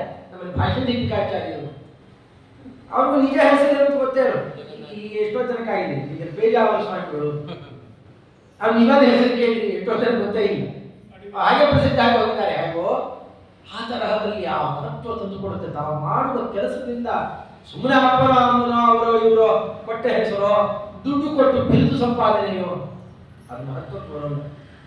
ಆದರೆ ಯಾವಾಗ ಈ ರೀತಿಯಲ್ಲಿ ಅವರ ಮಹೋಪಕಾರವನ್ನು ನೆನೆಸಿಕೊಡ್ತಾ ಯಾವುದರ ಮೂಲಕವಾಗಿ ನಮಗೆ ಉಪಕಾರ ಮಾಡಿದರೋ ಆ ಗ್ರಂಥಗಳನ್ನ ನಿರಂತರ ಸ್ಮರಣೆ ಮಾಡುತ್ತಾ ಅವನು ಅದೇ ಹೆಸರಲ್ಲೇ ಕೂಡಿಕ್ಷಣೆ ಮಾಡುತ್ತೆ. ಜ್ಞಾನ ಪ್ರಪಂಚ ಅಜ್ಞಾನಿಗಳಲ್ಲ, ಜ್ಞಾನ ಪ್ರಪಂಚ ಕರೆಯುತ್ತೆ. ಹಾಗಾಗಿ ಎಷ್ಟು ಉಪಕಾರ ಮಾಡಿರಬೇಕು. ಒಂದೇ ಪದ್ಯದಲ್ಲಿ ಹೇಳ್ತಾರೆ, ಚಿತ್ರೈ ಪದೈಶ್ಚ ಗಂಭೀರೈ ವಾಕ್ಯೈ ಮಾನೈ ಅಖಂಡಿತೈ ಗುರುಭಾವಂ ವ್ಯಂಜಯಂತಿ ಭಾತೃಶ್ರೀ ಜಯತಿ ಅರ್ಥವಾ. ಅಷ್ಟೇ. ಪೂಜ್ಯ ರಾಘವೇಂದ್ರ ಹೇಳಿದಾಗ ಪುಟ್ಟ ಪದ್ಯ, ಏನು ತೂಕದ ಪದ್ಯ. ಚಿತ್ರೈಹಿ, ಅವರ ಪದಗಳಿದ್ದಾವಲ್ಲ, ಪದಗಳಾಗಲಿ ವಾಕ್ಯಗಳಾಗಲಿ ಇನ್ನೊಬ್ಬರ ಹಾಗೆ ಮಾತಾಡಲಿಕ್ಕೆ ಶಕ್ಯ ಇಲ್ಲ. ಓದ್ತಾ ಇದ್ರೆ ಕಾದಂಬರಿ ಅಂತ ಅನ್ಸುತ್ತೆ. ಆ ನಿರೂಪಣೆಯ ಶೈಲಿ ಇವರು ಅದನ್ನೇ ಹೊರಟಿದ್ದಾರೆ. ಅಲ್ಲಿ ಶುರುವಾಗಿದ್ದೆ ಜಯತೀರ್ಥ ವರಿಯ ವಚಸಾಂ ಧಾಟಿ. ಅವರ ಮಾತಾಡುವ ಧಾಟಿ ಇದೆಯಲ್ಲ, ರೀತಿ, ಟೀಕಾ ನಿಚಯಾತ್ಮಿಕ ಧಾಟಿ ಅದು ಹೇಗಿದೆ? ಮಮ ಮನಸ್ಸಿ ಆಟೀಕತ, ನಮಗೂ ಒಳ್ಳೆ ತಿಳುವಳಿಕೆ ಕೊಟ್ಟೆ. ಎಂಥ ಮಾತಿನ ಶೈಲಿ! ಮಾತಿನ ಶೈಲಿ ಸುಮ್ಮನೆ ನೀವು ಕೇಳ್ತಾ ಇದ್ರೆ ಚೆನ್ನಾಗಿದೆ. ಭಗವತಾ ಬಾದರಾಯಣೇನ ಪ್ರಾಣಿನಾಂ ನಿಶ್ರೇಯಸಾಯ ಪ್ರಣೀತವತ್ ಬ್ರಹ್ಮಮೀಮಾಂಸಾ ಶಾಸ್ತ್ರಂ ಅಸಾಧುನಿಬದ್ಧಾಂತ ತಪಸಾ ವಂದಿತತ್ವೇನ ಅಪ್ರಣೀತಮಿಮನ್ಯಮಾನೋ ಭಗವಾನ್ ಆನಂದತೀರ್ಥಮುನಿ ಯಥಾಚಾರ್ಯಾಭಿಪ್ರಾಯಮಸ್ಯ ಭಾಷ್ಯಂ ವಿಧಾಯ ಭಾಷ್ಯಮಪಿ ಕರಿಷ್ಯಂ ವಿಲೀನಂ ಪ್ರಕೃತಿತಯಾ. ಎಷ್ಟು ವಿಚಾರ ತುಂಬಿದ್ದಾರೆ ಮಹಾನುಭಾವರು. ಕೇಳ್ತಾ ಇದ್ರೆ ಯಾಕೋ ನೆನೆಸ್ಬಿಟ್ರಲ್ಲ, ಇನ್ನೊಂದು ಸ್ವಲ್ಪ ಹೇಳಿ. ಮುಮುಕ್ಷುಣಾ ಖಲು ಪರಮಾತ್ಮ ಜಗದುದಯಾದಿ ನಿಮಿತ್ತತ್ವೇನ ಅವಶ್ಯ ಭಗವಂತೈವೇತ ಸಕಲ ಸಚ್ಚಾಸ್ತ್ರಾಣಾಂ ಅವಿಪ್ರತಿಪನ್ನೋರ್ಥಃ ಇದಜ್ಜಾವಾಂತರಾಣೇನ ಭೇದ ಭಿನ್ನಸ್ಯ ಜಗತೋ ವಿಜ್ಞಾನಮಪೇಕ್ಷತೆ ಜಗದಪಿ ತಥಾವದಂತವ್ಯಂ ತದಿದಂ ಪ್ರಧಾನಾಂಗಭೂತಂ ತತ್ವದ್ವಯಂ ಶಾಸ್ತ್ರೇ ವಿಕ್ಷಿಪ್ಯ ಪ್ರತಿಪಾದಿತಂ. ಸುಮ್ಮನೆ ಹೀಗೆ ಹೇಳ್ತಾ ಹೋದರೆ ಹೇಳ್ತಾ ಇರೋಣ ಅನ್ಸುತ್ತೆ. ನಮ್ಗೇನು ಅರ್ಥ ಗೊತ್ತಾಗೋದು ಬೇಡ. ಇದೆಲ್ಲ ಆ ಆಶ್ಚರ್ಯಕರವಾದ ರೀತಿ, ಅವರು ಬಳಕೆ ಮಾಡಿದ ಆ ಮಾತಿನ ಶೈಲಿ ಇದೆಯಲ್ಲ, ಅದು ಒಂದು ಶಾಸ್ತ್ರ ಅಲ್ಲ. ಇದು ತುಂಬಾ ಆಶ್ಚರ್ಯ ನಡೆದಿತ್ತು. ನಮ್ಮ ಆಚಾರ್ಯರು ಈ 4th ಟಿಪ್ಲಾಗ್ ರಾಯಮಠದಲ್ಲಿ ಸುಮಾರು ವರ್ಷಗಳ ತನಕ ನ್ಯಾಯಸುಧಾ ಪ್ರವಚನ. ಈ ಬಹಳ ಆಶ್ಚರ್ಯ, ಎಷ್ಟೋ ಜನ ಇರಬಹುದು ಹಿರಿಯರಲ್ಲಿ ನ್ಯಾಯಸುಧಾ ಪ್ರವಚನ ಪಾಠ ಕೇಳೋದ್ರಲ್ಲೇ ಸಾಕಾಗಿ ಹೋಗಿರ್ತದೆ. ಅಂಥದ್ದು ನ್ಯಾಯಸುಧಾ ಪ್ರವಚನ ವರ್ಷಗಳ ಗಟ್ಟಲೆ ಮಾಡಿ ಭಾರಿ 5 ವಾಹನ ಹಾಕಿ ಮೆರವಣಿಗೆಯನ್ನು ನಡೆದೋಯ್ತು. ಕೇಳಲಿಕ್ಕೆ ಯಾರ್ಯಾರು ಬರ್ತಿದ್ರು ಗೊತ್ತಾ? ಈ ಎಕನಾಮಿಕ್ಸ್ ಇವುಗಳನ್ನೆಲ್ಲ ತುಂಬಾ ದೊಡ್ಡ ದೊಡ್ಡ ಹುದ್ದೆಗಳಲ್ಲಿ ಇರ್ತಾರೆ. ಅಂಥವರೆಲ್ಲ ಬರೋರು. ನೀವು ಓದಿದ್ದೇನು ಆಚಾರ್ಯ, ನೀವೇನು ಓದಿದ್ರಿ? ಇದನ್ನೆಲ್ಲ ಹೇಳ್ತಾರಲ್ಲ ನಮ್ಮ ಆಚಾರ್ಯರು. ನಾನು ಬೇರೆ ಯಾವುದು ಹೊರಗಡೆ ಓದಿಲ್ಲಪ್ಪ, ನಾವು ಓದಿದ್ದೆಲ್ಲ ಟೀಕಾಕಿಪ್ಪ ಅದನ್ನು. ಅವ್ರು ಏನು ಹೇಳಿದಾರೋ ಹೇಳೋ ಪ್ರಯತ್ನ ಮಾಡ್ತಾ ಇದ್ದೇನೆ ಅಷ್ಟೇ.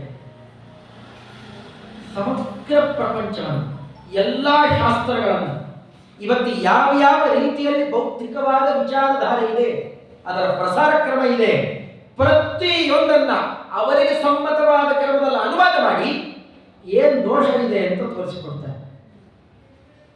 ಅದಕ್ಕೆ ನ್ಯಾಯಸುಧಾ ನ್ಯಾಯಸುಧಾ ನ್ಯಾಯಸುಧಾ ಅಂತ ಯಾಕಷ್ಟು ಮುಗಿಬಿತ್ತು ಪ್ರಪಂಚ ಅಂದ್ರೆ, ಸರಿಯಾಗಿ ಓದವರಿಗೆ ಯಾವತ್ತೋ ಯಾವುದೋ ದೊಡ್ಡ ಪದವಿಯಲ್ಲಿರೋ ಸ್ವಾಮಿಗಳ ಹತ್ರ ಒಂದ್ಸತಿ ಕೇಳಿ ಜೋರು ಒಂದು ದೊಂಬರಾಟ ಮಾಡಿ ಒಂದು ಸುಧಾಮಂಗಳ ಅಂತ ಮಾಡಿ ಹೊರಗೆ ಬಂದ್ಬಿಟ್ರೆ ಒಂದು ಜೀವನ ನಡೆಯುತ್ತೆ. ಹೀಗೆ ಮಾಡಿದ ಪ್ರಯೋಜನ ಇಲ್ಲ.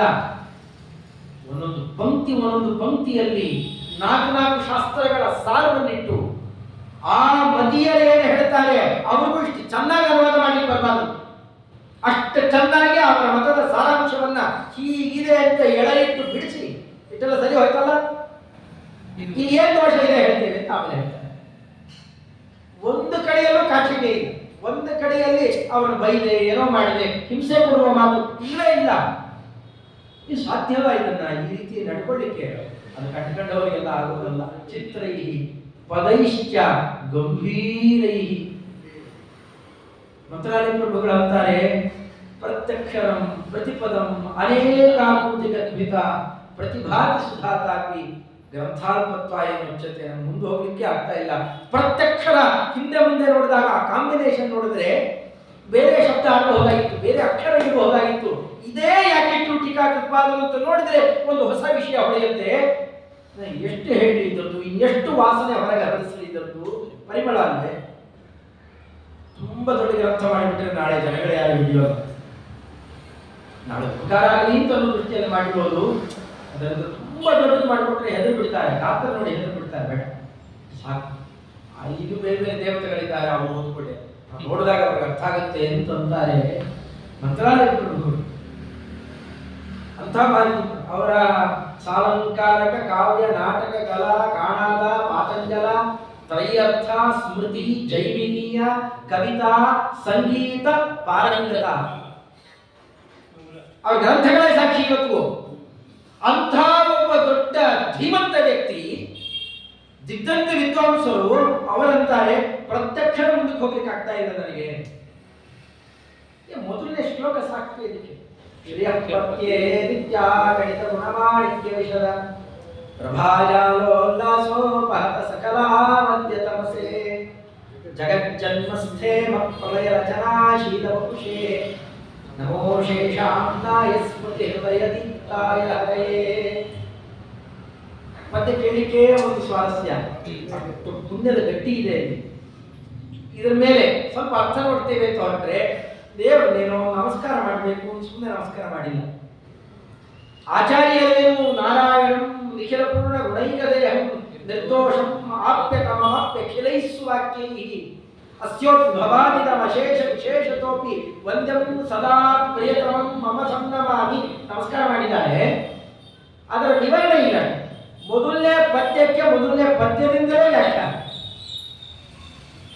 ಅಲ್ಲಿ ಆಚಾರ್ಯ ಮಾತನಾಡಿಲ್ಲ, ಶ್ರೀಯಪತಿ ಅನ್ನೋ ಮಾತೇ ಬಂದಿಲ್ಲ. ಅಲ್ಲಿ ಎಲ್ಲಾನು ನೋಡಿ ಲಕ್ಷ್ಮೀಪತಿ ಅಂತ ಎಲ್ಲಾನು ಹೇಳಿದ್ದಾರೆ. ಇಲ್ಲಿ ಟೀಕಾಕೃತ್ಪಾದರು ನಮಸ್ಕಾರ ಮಾಡ್ತಾರೆ. ನೀವು ವಿಚಾರ ಮಾಡಿದ್ದೇನೆ ಸುಮ್ಮನೆ ಹಾಗೆ ನೋಡ್ಬಿಟ್ರೆ ಏನು ಬೇರೆ ಶಬ್ದ ಸಿಗಲಿಲ್ಲ. ಅದು ಗೌರವ ಕೊಡೋ ಶಬ್ದ ಅಲ್ಲ, ಮರ್ಯಾದೆ ತೆಗೆಯೋ ಶಬ್ದ.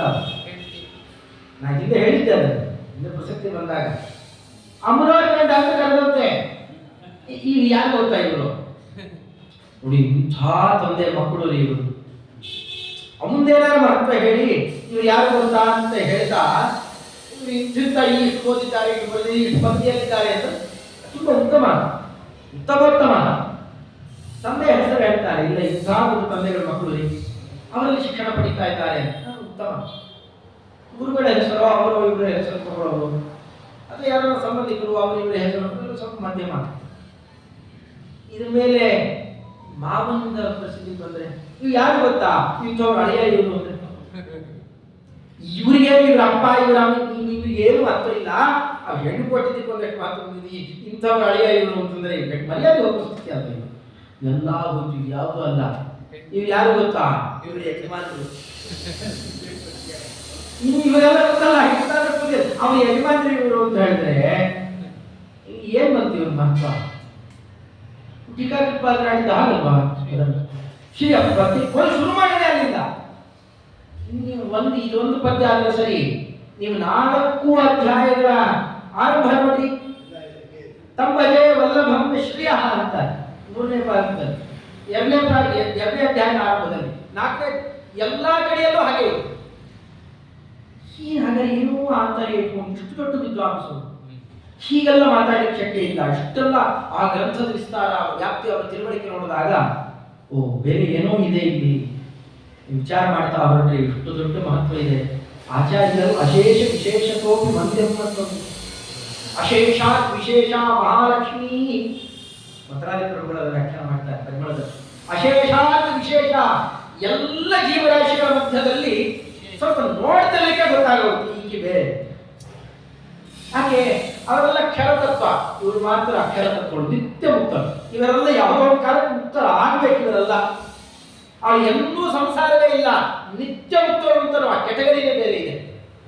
ಸದಾ ಕಾಲ ತಕ್ಕ ಅವಳನ್ನ ಹಾಕೊಂಡಿದ್ದಾನೆ ಅಂತಂದ್ರೆ ನಿತ್ಯ ಮುಕ್ತಳಾಗೇ ಇದ್ದಾಳೆ. ಜ್ಞಾನಾನಂದಮಯಳು, ಭಗವಂತನಷ್ಟೇ ವ್ಯಾಪ್ತಳು. ಇಷ್ಟೆಲ್ಲ ಇರೋಳು ಕೂಡ ಏನಾಕ್ಷಿ ಸಿರಿದೇವಿ ಇನ್ನೂ ಬೇಕು, ಇನ್ನೂ ಬೇಕು, ಇನ್ನೂ ಬೇಕು, ನಮ್ಮ ಯಜಮಾನನ ಅರ್ಥ ಮಾಡ್ಕೊಳಕ್ಕೆ ಆಗ್ತಾ ಇಲ್ಲ ಅಂತ ತೊಳಿತಾನೆ ಇದ್ದಾಳೆ ಅಂತಂದ್ರೆ ಅವ್ ಇನ್ನೆಂಥ ಗಂಡ ಇರ್ಬೇಕೆ, ಅವನು ಇನ್ನೆಂಥ ವಸ್ತು ಆದ. ನಾವು ಒಂದು ಪುಟ್ಟ ಶಬ್ದ ಶ್ರೀಯಪತ್ಯೆ ಇಟ್ಟಿಟ್ಕೊಂಡ್ರೆ ಸಾಕು, ನಮಗೆ ಇಡೀ ಭಗವಂತನ ಪರಿಚಯ ಮಾಡಿಸಿಕೊಡುವ ಶಬ್ದ. ಮಾಮೂಲಿ ಸೂತ್ರ ನೋಡುತ್ತಂತೂ ಈ ಪ್ರಶ್ನೆ ಬರೋದು. ಯಂ ಕಾಮಯೇ ತಂ ಸಮುದ್ರಂ ಪ್ರಣೋಮಿ ತಂ ಬ್ರಹ್ಮಾಣಂ ತಂ ಚಿತ್ತಂ ಸುಮೇಧಾಂ. ಏನ್ ತಾಯಿ ನಿನ್ನ ಮಹತ್ವ, ಇಡೀ ಜಗತ್ತು ಪ್ರಕೃತಿನಿ ಹಾಕೊಂಡು ಇಡೀ ಜಗತ್ತಿಗೆ ತಾಯಿ ಹಾಡು ಬೇಕಾದ ಮಾಡ್ತಾ ಇದ್ದೀಯಾ, ಏನ್ ನಿನ್ನ ಶಕ್ತಿ ಅಂತ ಕೇಳ್ತಾ ಹೊರಟಾಗ ಹೇಳ್ತಾ ಹೋಗ್ತಾ ಅಹಂ ರುದ್ರೇವಿ ವಸುವಿಶ್ಚರಾಮಿ. ಅಮ್ಮ ಎಲ್ಲ ನನ್ನ ಹಿಂದೆ ಇರ್ತಾರೆ. ಬ್ರಹ್ಮಪದವಿಗೆ ತರೋದು ನಾನೇಪ್ಪ, ರುದ್ರ ಪದವಿಗೆ ಉಗ್ರ ಕರುಣಾಮಿ, ಅದರಂತ ದೊಡ್ಡ ಮೇಧಾವಿಯನ್ನ ವಿಷಯ ಎಲ್ಲ ಮಾಡೋದು ನಾನೇ.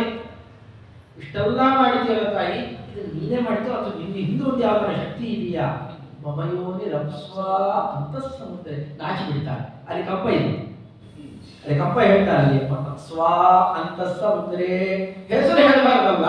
ಅಯ್ಯೋ ನಮ್ಮ ಯಜಮಾನರು ಹೊರಗಿದ್ದಾರೆ, ನೀರಿನ ಮಧ್ಯೆ ಮಾಡ್ಕೊಂಡಿದ್ದಾರೆ. ಅಪ್ಸು ಅಂತ ಸಮುದ್ರೆ ಯಮಂತ ಸಮುದ್ರೆ ಕವಯೋ ವಯಂತಿ ಯದಕ್ಷರೇ ಪರಮೇ ಪ್ರಜಾ ಪರಬ್ರಹ್ಮವಸ್ತು ಆಪೋ ನಾರಾಯಣ ಪ್ರೋಕ್ತ ಆಪೋ ವೈ ನರಸೂನವ. ನೀವು ಬಿಡಿಸಿ ನೋಡಿದ್ರೆ ಪ್ರಳಯ ಕಾಲದ ಒಂದು ಇದೆಯಲ್ಲ ನಾರಾ, ಅದನ್ನು ಯಾರು ಮನೆ ಮಾಡಿಕೊಂಡಿದ್ದಾನೋ ಆ ನಾರಾಯಣ ನನ್ನ ಪತಿ ಅಂತ ಸೂಚ್ಯವಾಗಿ ಹೇಳುವ ಕ್ರಮ. ಈ ಒಂದು ಶ್ರುತಿ ಸಾಲ. ಲೋಕದಲ್ಲಿ ನೋಡಿ ಯಾರು ಶ್ರೀ ಬೇಡ ಅಂತಾರೆ, ಎಲ್ಲರೂ ಶ್ರೇಯತೆ ಶ್ರೀ. ಏನು ಆ ಶಬ್ದ ಆಡಿರ್ಬೇಕು ಟೀಕಾಕೃತ್ಪಾದರು. ಎಲ್ಲರೂ ಯಾತಕ್ಕೆ ಜೋತು ಬಿಡ್ತಾರೋ ಆಶ್ರಯಿಸ್ತಾರೋ ಅದು ಶ್ರೀ. ಆ ಶ್ರೀಗೂ ಇವನು ಪತಿ ಅದನ್ನು ಪಾಲನೆ ಮಾಡ್ತಾನೆ ಅಂತಂದ್ರೆ ಇವನ ಮೇಲೆ ಇನ್ನೊಬ್ಬ ಇರಲಿಕ್ಕೆ ಸಾಧ್ಯನಾ? ಎಷ್ಟು ಸುಲಭವಾಗಿ ತೋರಿಸಿಕೊಟ್ರು ಆ ಶ್ರೀಪತಿ ಅನ್ನೋ ಶಬ್ದದಲ್ಲಿ ಭಗವಂತನೇ ಸರ್ವೋತ್ತಮ ಅಂತ ತೋರಿಸಿಕೊಟ್ರಲ್ಲ. ಎಷ್ಟು ಮಹತ್ವ ಇದೆ ಆ ಶಬ್ದ. ಶ್ರೀಕಾರ ಹಾಕೋದು ಅಂದ್ರೆ ಹೀಗೆ. ಟೀಕಾಕೃತ್ಪಾದರು ಆಚಾರ್ಯರ ಗ್ರಂಥಕ್ಕೆ ಶ್ರೀಕಾರ ಹಾಕಿ ವ್ಯಾಖ್ಯಾನ ಮಾಡಿದ್ರು ಅಂತಂದ್ರೆ ಇದು ನಾವೆಲ್ಲ ಅರ್ಥ ಮಾಡಿಕೊಳ್ಳುವ ಆ ಸ್ಥಳದಲ್ಲಿ ಇರೋದ್ರಲ್ಲಿ ನಮಗೂ ಅರ್ಥ ಆಗುತ್ತೆ ಅಂತ ಒಂದು ಪುಣ್ಯಾಟೆ.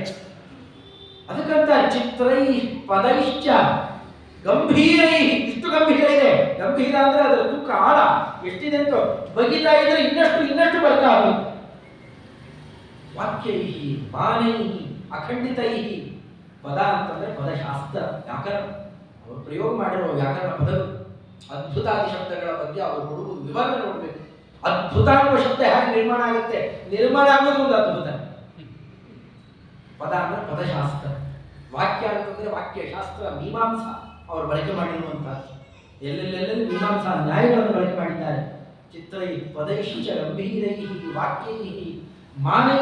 ಮಾನ ಅಂತಂದ್ರೆ ನ್ಯಾಯಶಾಸ್ತ್ರ, ಬ್ರಹ್ಮತರ್ಕಾರಿಗಳು ಅಥವಾ ಈಗಿನ ನ್ಯಾಯಮತವನ್ನು ಅನುವಾದ ಮಾಡ್ತಾರೆ ವಿಶೇಷ ಕಾರ್ಯಕ್ರಮದಲ್ಲಿ.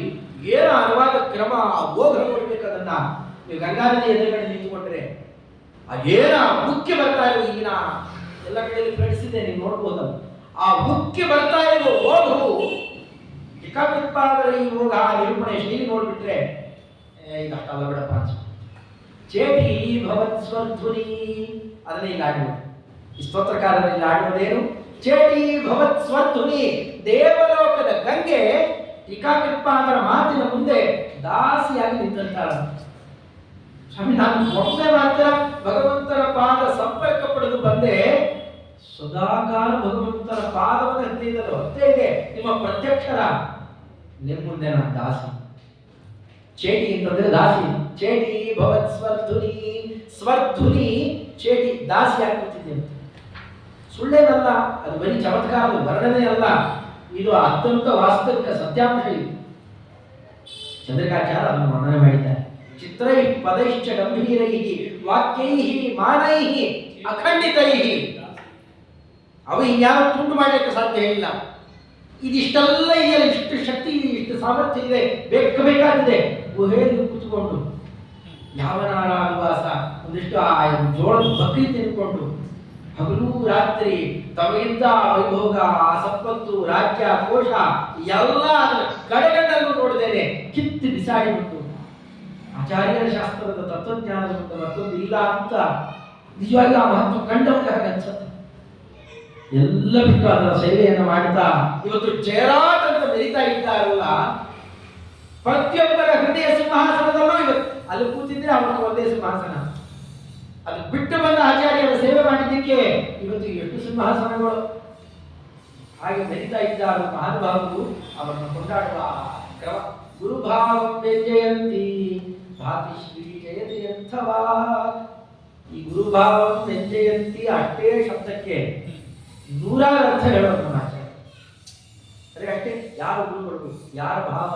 ಗುರುಭಾವಂ ವ್ಯಂಜಯಂತಿ ಅಲ್ಲೊಂದು ಅಲಂಕಾರ ಇದೆ, ಗಮನಿಸ್ಬೇಕದನ್ನು. ಗುರುಭಾವ, ಗುರುವಿಣಿ ಅಂತ ಕರೀತಾರೆ. ಬಸರಿಯ ಹೆಣ್ಣು ಮಗಳನ್ನ ಗುರುವಿಣಿ ಅಂತ ಕರೀತಾರೆ. ಒಳಗಡೆಯಲ್ಲಿ ಒಂದು ಗರ್ಭ ಸಂತಾನವನ್ನ, ಮುಂದಿನ ವಂಶವನ್ನೇ ಉದ್ಧಾರ ಮಾಡುವ ಒಳ್ಳೆ ಸಂತಾನ ಹೊತ್ತಿರ್ತಾಳಲ್ಲ, ಅವಳ ನಡೆಯೇ ಬೇರೆ ಇರುತ್ತೆ. ವರ್ಷ ಚಿತ್ರೈ ಪದೈಶ್ಚ. ಅವನ ನಡಿಗೆ ಬೇರೆ ತರ ಇರುತ್ತೆ, ಆ ಚಂದನೆ ಬೇರೆ ಅದು. ಗಂಭೀರೈಹಿ, ಅವಳು ಬಹಳ ಮಾತಾಡೋದು, ಹೆಚ್ಚು ಮಾತುಕತೆ ಇಲ್ಲ, ಏನೇನೋ ಮಾತು ಅವು ಇವು ಬರೋದು. ಆವಾಗ ಏನ್ ಮಾತಾಡಿದ್ರೆ ಯಾರು ಏನ್ ತಪ್ಪು ತಿಳ್ಕೊಂಡ್ಬಿಡ್ತಾರೋ, ನಾನು ಲಜ್ಜೆ ಮುಂತಾದ ಗಂಭೀರೈಹಿ ವಾಕ್ಯೈಹಿ ವಾಣೀಹಿ ಅಖಂಡಿತೈಹಿ. ಇದೆಲ್ಲ ನೋಡಿದ್ರೆ ನಮ್ಗೆ ಅರ್ಥ ಕಾಣುತ್ತೆ, ಒಳ್ಳೆ ಗರ್ಭಿಣಿ, ದೊಡ್ಡ ಉನ್ನತವಾದ ಸಂತಾನ ಗರ್ಭ ಹೊತ್ತಿರುವ ಒಬ್ಬ ಗರ್ಭಿಣಿ ಸ್ತ್ರೀ ಅಂತ ನಮಗೆ ಕಾಣ್ತಾ ಇದೆ. ಟೀಕಾಕೃತ್ಪಾದರ ಮಾತು ಬುದ್ಧಿ ಚಿತ್ರಣ ಮಾಡಿದ್ದಾರೆ ಲಿಂಗಾಚಾರ್ಯರು. ಅಂದರೆ ಆಚಾರ್ಯರ ಸಿದ್ಧಾಂತದ ಸಂತಾನ ಗರ್ಭ, ಅಭಿಪ್ರಾಯ ಗರ್ಭ ಅದರ ತುಂಬ ತುಂಬಿ ಹೋಗಿದೆ. ಆ ಚಿತ್ರಣ ಮಾಡುವ ಕ್ರಮ ಬರೀ ಅದೊಂದೇ ಪದ್ಯನೇ ಆಗೋಗ್ತದೆ 3-4 ದಿವಸ. ಅದರ ವಿವರಣೆ, ಅದರಿಂದ ಒಳಗಡೆಯಲ್ಲಿ ಉತ್ತೇಜಿತರಾಗಿ ಹೋಗಿ ಸ್ತೋತ್ರ ಮಾಡಿದ್ದಾರೆ. ಒಂದು ರೀತಿಯಲ್ಲಿ ಅದರ ವಿವರಣೆ ಇದೆಲ್ಲ. ಮುಂದೆ ಯಾರು ಬಂದರೂ ಆ ರೀತಿಯಲ್ಲಿ ವಿವರಣೆ ಕೊಡಬೇಕು. ಅಂಥ ಕ್ರಮ ನೋಡುವುದು ಧಾಟಿ ಶ್ರೀ ಜಯತೀರ್ಥ ವರಿಯ ವಚಸ. ಹಾಗೆ ಸುಮ್ಮನೆ ಏಕವಚನದಲ್ಲಿ ಆ ಬರಿಯ ಜಯತೀರ್ಥ ಹೆಸರು ಯಾಕೆ ತಗೊಳ್ಳೋಣ ಅಂತಾರೆ ಜ್ಞಾನಿಗಳು. ಅವರೆಲ್ಲ ಅಷ್ಟು ಮಹತ್ವ ಗೊತ್ತಾದ ಮೇಲೆ ಶ್ರೀ ಜಯತೀರ್ಥ ವರಿಯರು, ಅವರ ವಚಸ, ಅವರ ಮಾತುಗಳಿದ್ದಾವಲ್ಲ. ಜ್ಞಾನಿಗಳ ಪರಂಪರೆ ಎಲ್ಲ ವಿಷ್ಣು ವೃಂದಾವನ ಗಲಾಟೆ ತುಂಬಾ ನಡೀತಾ ಇದೆ. ಆದರೆ ದೊಡ್ಡವರು ಯಾರು ವೃಂದಾವನ ಗಲಾಟನೆ ಮಾಡಿ ಯಾರನ್ನಾರು ನೋಡಿ ನೀವು.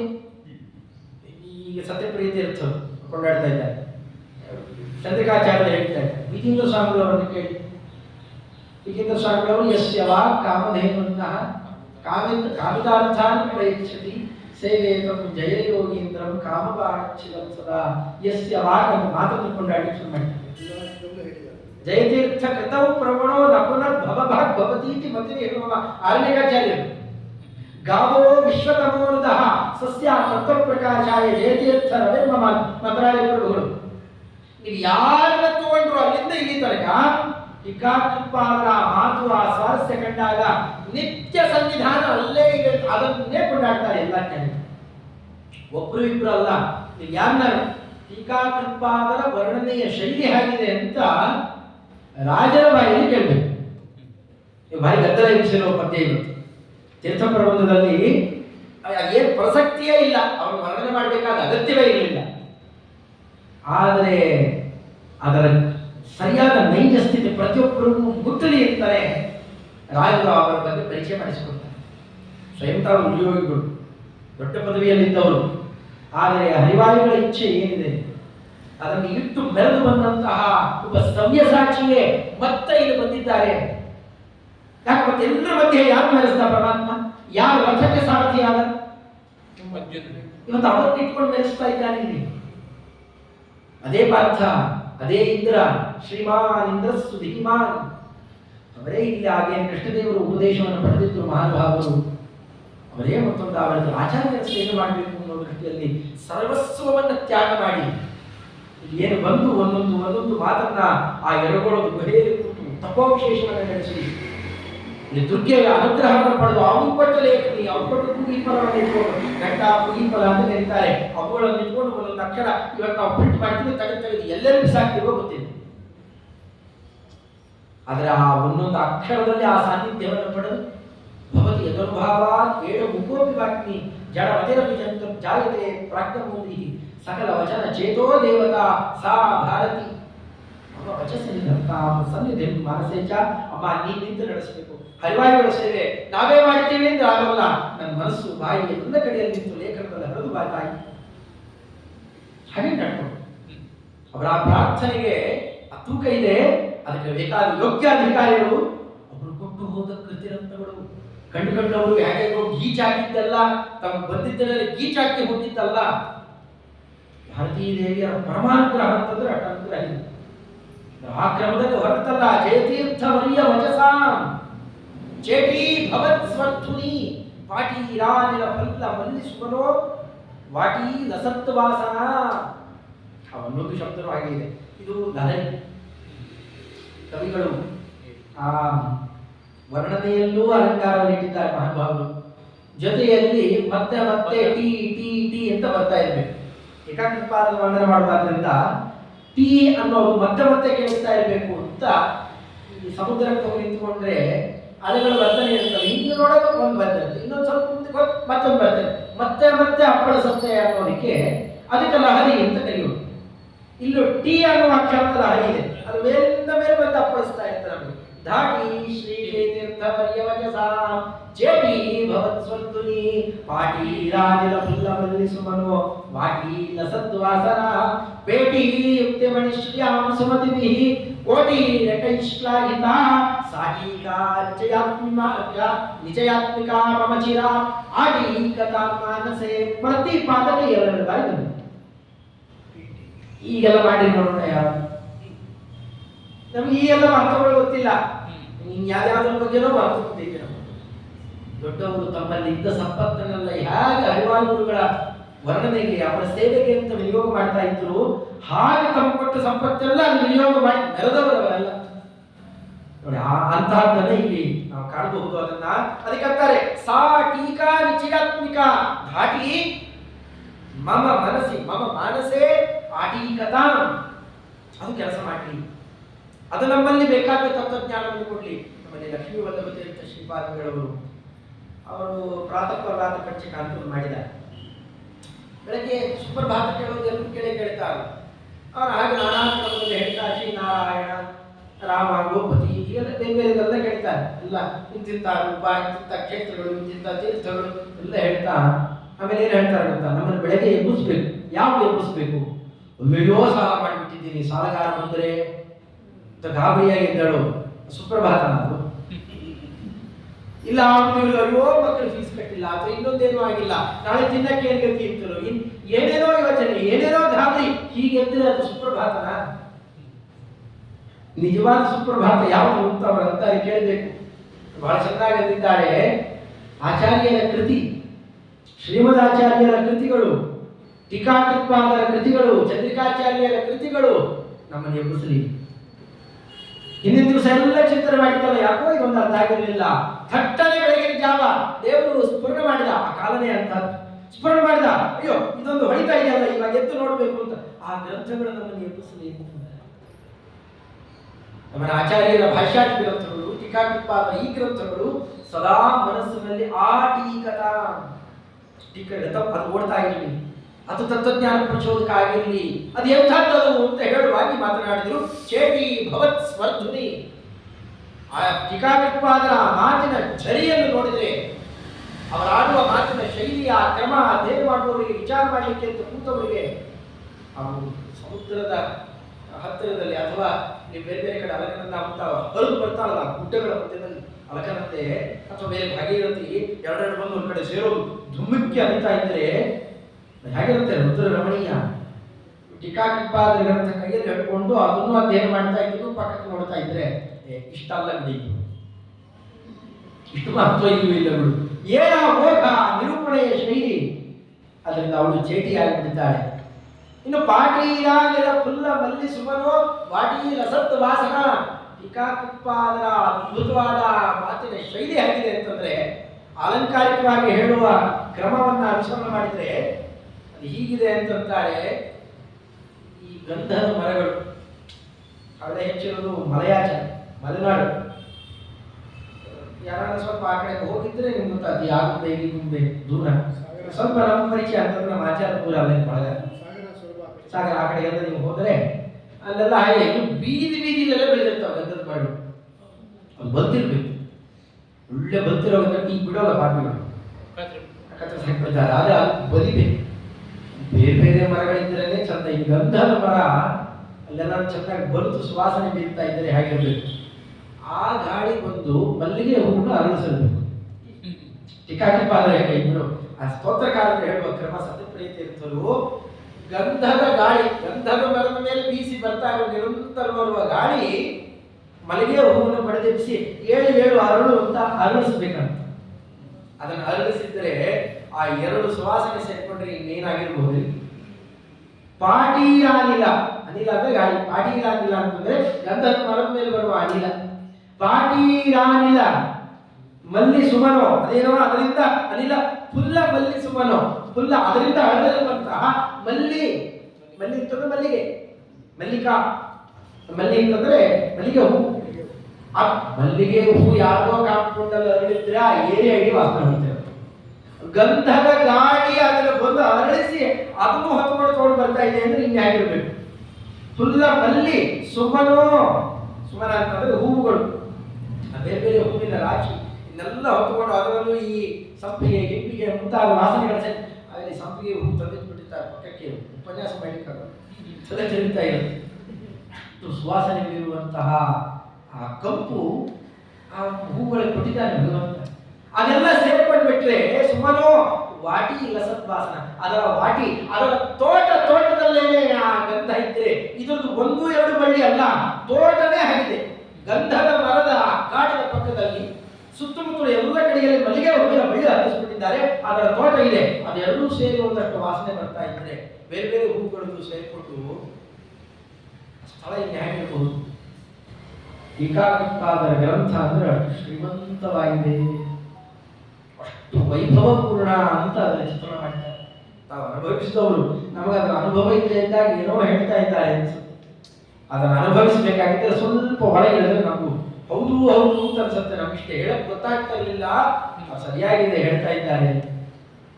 ವಾಟಿ ಲಸತ್ವಾಸನ ಇಷ್ಟೇ ಅಲ್ಲ, ಪೇಟಿ ಯುಕ್ತಿ ಮನುಷ್ಯಾಂ ಸುಮತಿವಿಹಿ ಕೈಶ್ಲಾಘಿತ. ಪೇಟಿ ದೊಡ್ಡ ಪೆಟ್ಟಿಗೆ, ಟೀಕಾಕೃತ್ಪಾದರ ಮಾತಿನ ಶೈಲಿ ಇದೆಯಲ್ಲ, ಏನು ಅಂದ್ರೆ ದೊಡ್ಡ ನಿಧಿಯ ಪೆಟ್ಟಿಗೆ, ಬರೇ ಮಣಿಗಳು ರತ್ನಗಳು. ಯಾವ ಮಣಿ ಯಾವ ರತ್ನ? ಬರೇ ಯುಕ್ತಿಗಳು.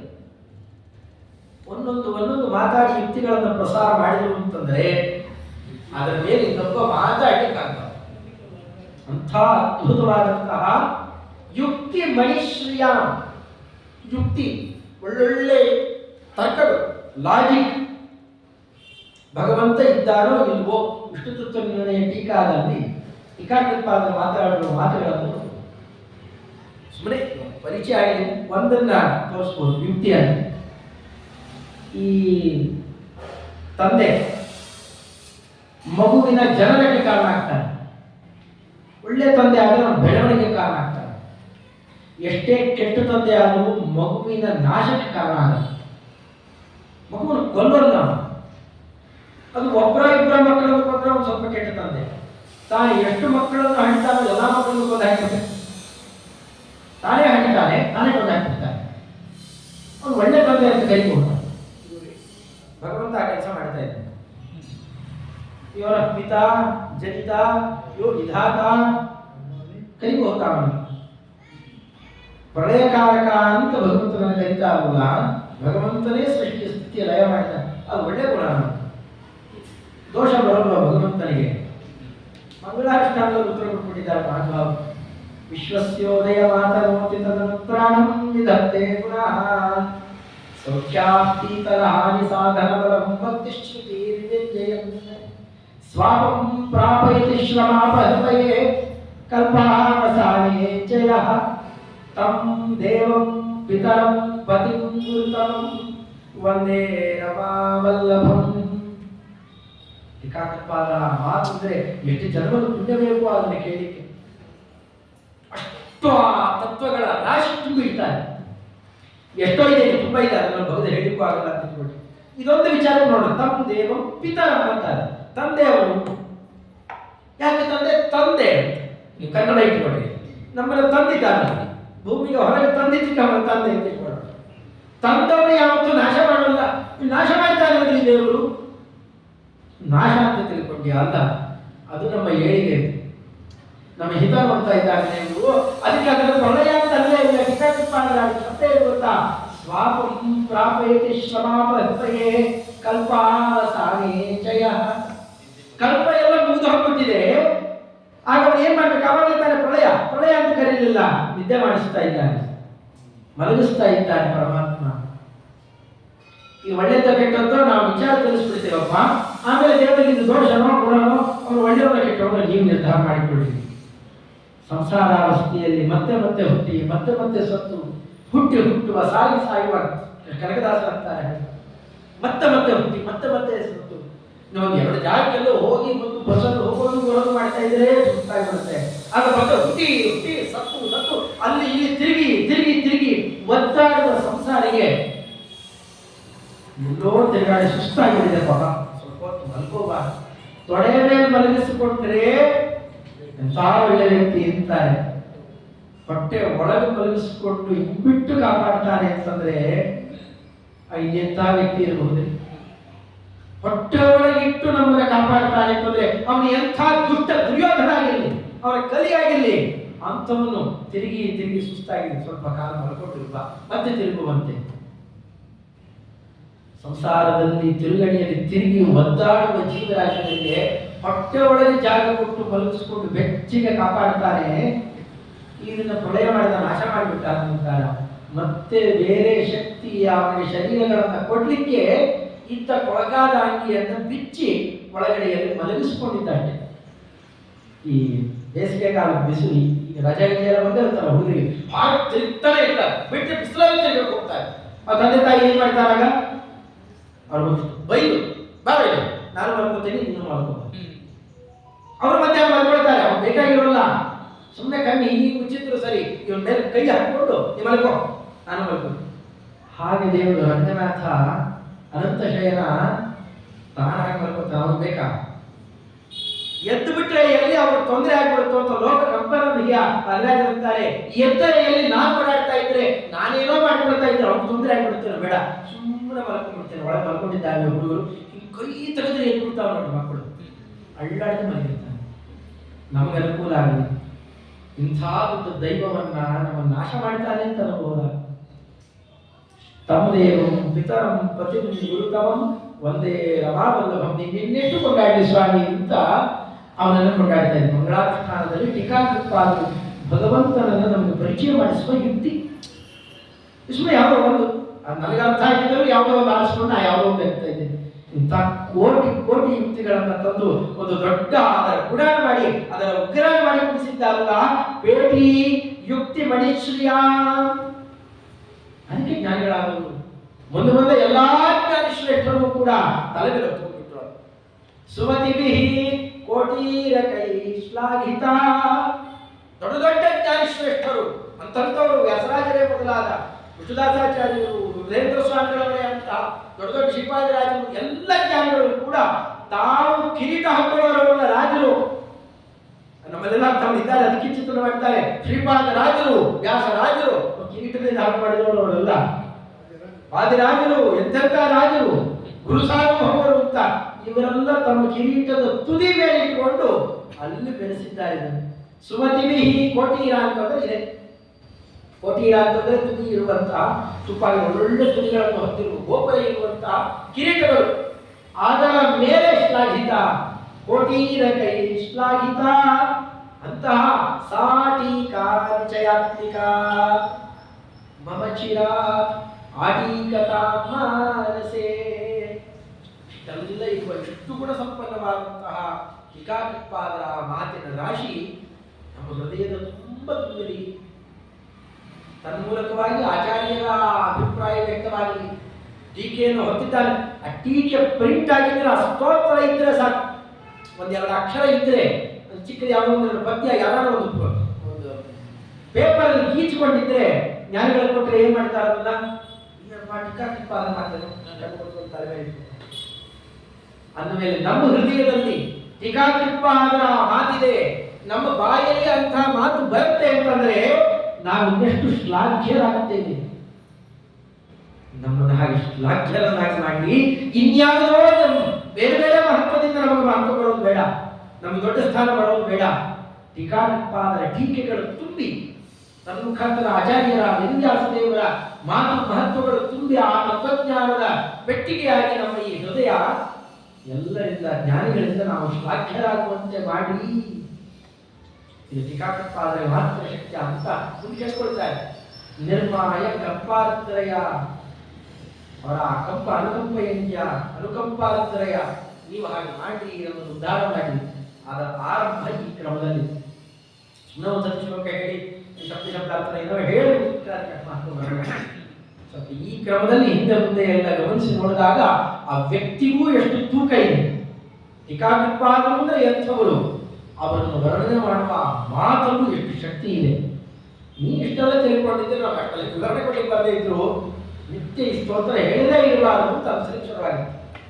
ನಿತ್ಯ ಇನ್ನು ಹೇಳಲೇಬೇಕಪ್ಪ. ಇನ್ನು ಈ ಸ್ತೋತ್ರ ಅವರು ಇವರು ಯಾರ್ಯಾರು ಅದು ಇದು ರಾಜಕೀಯ ಪಾರ್ಟಿ ಬೇಕಾದಿಟ್ಕೊಂಡು ಹೋಗಲಿ, ಆದರೆ ದೊಡ್ಡವರು ಜ್ಞಾನಿಗಳು ಕೊಟ್ಟ ಈ ಒಳ್ಳೆ ಹೊಂದಾಣಿಕೆಯ ಈ ಶಬ್ದ ಇದೆ, ಈ ಸ್ತೋತ್ರ ಇದೆ, ನಿತ್ಯ ನಾವು ಹೇಳಲೇಬೇಕು ಅನ್ನುವ ಹಠ ಹಂತೆ ಇದರಲ್ಲಿ ಬರುತ್ತೆ. ಆ ತಿಳುವಳಿಕೆ ಅದನ್ನು ನಮಗೆ ಮಾಡಿಸಿದೆ. ಆರಂಭ ಮಾತ್ರ ಇವತ್ತು ಹೇಳಿ, ನಾಳೆ ಇನ್ನೆಷ್ಟೋ ಉಳಿದ ಪದ್ಯಗಳನ್ನೆಲ್ಲ ನಾಳೆ ನಾಡಿದ್ದು 2 ದಿವಸ ಅವಕಾಶ ಇದೆ. ಎಷ್ಟು ಸಾಧ್ಯ ಆಗುತ್ತೋ ಅಷ್ಟು ಪೂರ್ಣ ಹೇಳ್ತೇನೆ ಅಂತ ಹೇಳುವಷ್ಟು ಧೈರ್ಯ ನನಗಿಲ್ಲ, ಯಾಕೆಂದರೆ ಅಷ್ಟೊಂದು ಮಹತ್ವ ಇದೆ ಇದಕ್ಕೆ.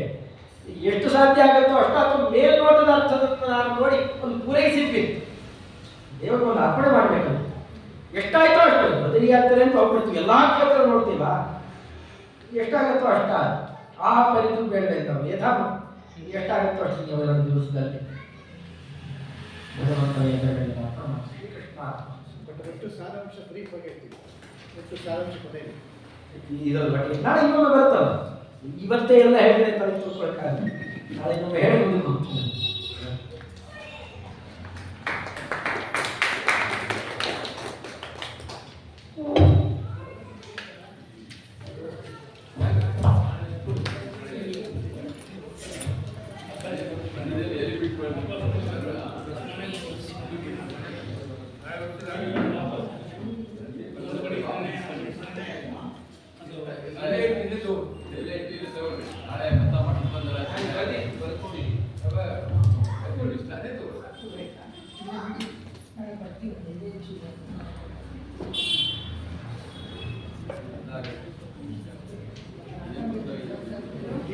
ಒಂದ್ಸರಿ ಹೋಗಿದ್ದೆ, ಕ್ಲಿಯರ್ ಬರ್ತಾ ಇರೋದು ಒಂದು ವಾರ ಹೇಳ್ತೀರಾ? ನಾನು ಒಂದು ದಿವಸ ಹೋಗಿದ್ದೆ.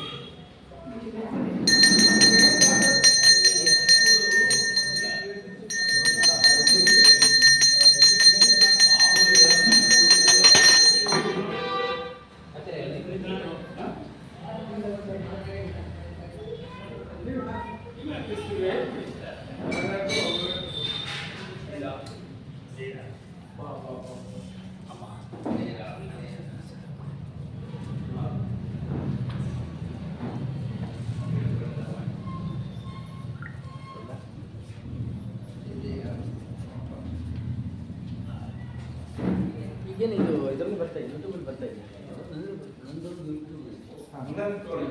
ಲಿಂಕ್ ಒಂದು ಕಳಿಸಿ.